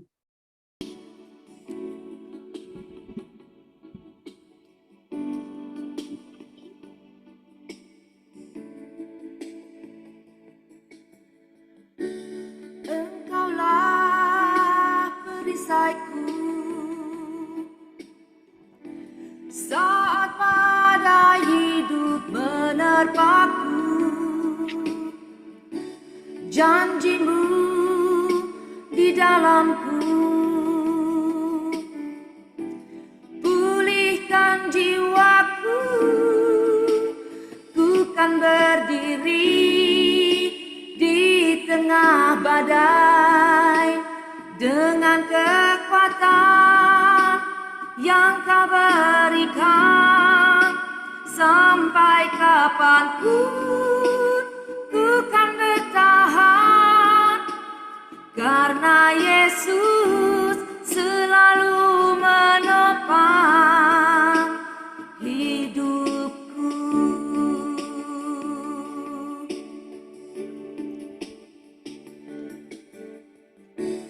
Engkaulah perisaiku saat badai hidup menerpaku, firman-Mu di dalamku, terangkan jiwaku, ku kan berdiri di tengah badai dengan kekuatan yang kau berikan. Sampai kapanpun ku kan bertahan, karena Yesus selalu menopang. Ku kan bertahan dalam tekanan dengan kekuatan yang kau berikan. Sampai kapanpun tak tergoyahkan, karena Yesus selalu menopang hidupku. Adapun Allah jalannya sempurna, janji Tuhan adalah murni. Dia menjadi perisai bagi semua orang yang berlindung padanya. Mazmur 18 ayat 31. Ku kan berdiri di tengah badai dengan kekuatan yang kau berikan.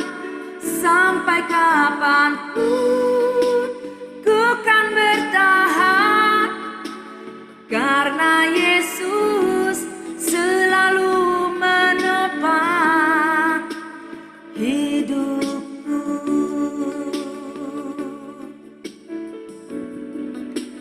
Karena Yesus selalu menopang hidupku.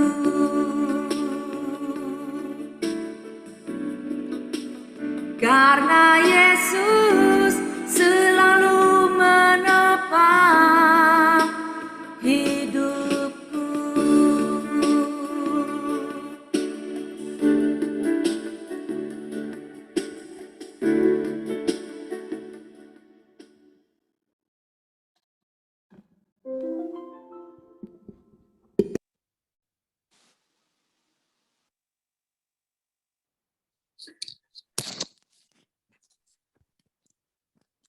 Kakak Epi, silakan. Ya, terima kasih. Mari saudara-saudara kita satukan hati kita dan mari kita berdoa bersama-sama. Allah Bapa yang bertata dalam kerajaan surga, Bapa yang kami kenal dan kami sapa di dalam pribadi Yesus Kristus, Terima kasih Tuhan untuk pembicara kami, pembicara firman Tuhan pada hari ini untuk Ibu Alida Tuhan. Dan kami juga mengucap syukur juga Tuhan untuk Gembala KTB kami, Ibu Heni. Berkati mereka Tuhan satu persatu, berkati keluarga mereka Tuhan, berkati suami dan anak-anaknya Tuhan.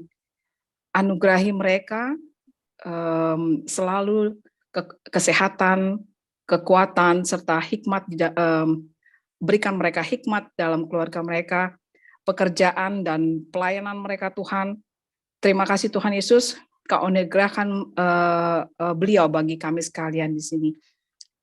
Kami juga mengucap syukur Tuhan untuk persekutuan KTB ini Tuhan, berkati dan berikan hikmat bagi para pengurus inti KTB untuk Kak Murni sebagai host dan Sri juga semua teman-teman yang melayani hari ini Tuhan, Engkau berkati mereka semua Tuhan, Engkau berkati Sri, Engkau berkati Dewi, Engkau berkati Indah, Engkau berkati Ida, Engkau berkati Mbak Yanti Krans, Engkau berkati juga Yanti Verster, Engkau berkati juga Mbak Kuana Tuhan. Terima kasih untuk anugerah-Mu yang telah Kau berikan sehingga memampukan kami semua untuk dapat ambil bagian dalam pelayanan ini Tuhan. Biarlah semua ini berkenan bagi-Mu juga Tuhan. Bapa di surga, kami mengucap syukur juga Tuhan atas pimpinan-Mu untuk kami semua yang mengikuti KTB ini dimanapun mereka berada Tuhan, baik yang di Indonesia, New York, dan auch di Jerman ini Tuhan. Terima kasih untuk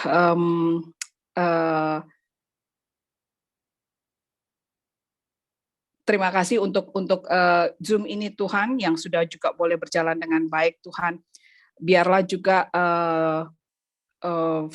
firman Tuhan yang sudah kami dengar hari ini juga Tuhan, oleh kuasa Roh Kudus-Mu saja Tuhan kami boleh semakin meneguhkan iman kami Tuhan Yesus. Terima kasih Allah Bapa di surga, kami menyerahkan seluruh doa dan permohonan ucapan syukur kami hanya ke dalam nama pengasihan-Mu yang kudus, di dalam Kristus Yesus Tuhan kami telah berdoa dan mengucap syukur. Amin.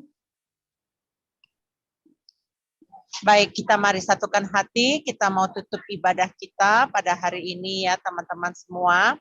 Bapak Surgawi, kami mengucap syukur dan berterima kasih sepanjang ibadah KTB hari ini boleh berjalan dengan lancar. Pengajaran firman Tuhan yang disampaikan Ibu Alida boleh berjalan dengan baik ya Bapak. Kami mau berterima kasih atas penyertaan-Mu yang luar biasa. Bahkan Bapak, Engkau terus memakai ibu-ibu KTB ini ya Bapak, agar persekutuan KTB ini semakin hari semakin bertumbuh di dalam Engkau dan berakar di dalam Engkau dan memberitakan firman Tuhan, bergandeng tangan unity Bapak antara yang satu dengan yang satu. Bapak, kami butuh Engkau di sepanjang hidup kami supaya kami terus Bapak bisa melayani Engkau dengan hati yang rendah hati dan kami terus mau fokus kepada Engkau ya Bapak. Begitu banyak yang kami butuhkan kembali Tuhan, dan biarlah pada pertemuan-pertemuan yang akan datang, Ibu Alida Engkau berikan dia kesehatan yang ekstra ya Bapak. Saat ini dia terlalu sibuk mempersiapkan buku-buku anak-anak sekolah minggu Tuhan. Bapak, kami mengucap syukur melalui pengajaran secara penebusan. Banyak gereja-gereja lain Tuhan meminta materi-materi pelajaran dari gereja kami. Bapak, pakai Ibu Alida Tuhan untuk bisa menyelesaikan ini dengan baik Tuhan. Masih banyak buku buku-buku yang harus diselesaikan ya Bapak untuk anak-anak sekolah minggu. Bapak hamba berdoa berikan dia kekuatan ekstra kesehatan yang luar biasa dari Engkau ya Bapak. Tuhan, kalau dia saat ini sedang mengalami gangguan di usus buntunya Tuhan, hamba berdoa supaya Ibu Alida Engkau pelihara Tuhan dengan jadwal operasi bulan Maret Tuhan. Tolong Bapak supaya tidak terjadi apa-apa di dalam ususnya ini. Hamba mengucap syukur Tuhan kalau Engkau terus memelihara Ibu Alida ya Bapak. Bapak, saat ini kami mau mengakhiri ibadah kami Tuhan. Kami berterima kasih dan tentunya kami meminta berkat yang dari Engkau sendiri. Engkau yang membubuhi berkat atas kehidupan kami ya Bapak. Biarlah terang sinar kemuliaan-Mu menyinari kami ya Bapak. Dan Engkau biar Tuhan Engkau memampukan kami menjadi pelaku-pelaku firman Tuhan. Dan Bapak Engkau juga yang Bapa yang akan menerangi setiap langkah-langkah hidup kami. Engkau juga yang memampukan kami Tuhan memilih mana yang benar, mana yang tidak benar. Supaya kami Tuhan bisa masuk ke tanah Kanaan, tanah perjanjian yang Tuhan telah sediakan melalui iman percaya kami kepada Abraham. Oh Bapa, terima kasih ya Bapa. Untuk saat ini Tuhan Yesus telah mati bagi kami dan kami percaya kematian Tuhan Yesus itu akan terus menyempurnakan kami ya Bapa dan terus memampukan kami menjadi murni di hadapan Engkau ya Bapa. Terima kasih ya Bapa untuk berkat-berkat yang dari sorga. Terima kasih atas segala-galanya dalam kehidupan kami dan terpuji-pujilah nama Tuhan Yesus dan di dalam nama Yesus kami mengucap syukur. Haleluya. Amin. Amin. Terima kasih Ibu Heni. Saya juga mau terima kasih untuk Kakak Yanti Krans yang sudah memberikan pujian penyembahan, Kakak Epi untuk doa syafaatnya saat ini, dan sampai bertemu lagi di persekutuan KTB 5 Maret bulan mendatang. Terima kasih. Salam, Tuhan memberkati. Terima kasih. Terima kasih Bu Alida, terima kasih Bu Ibu Heni. Alida. Terima kasih. Terima kasih. Tuhan memberkati. Tuhan berkati.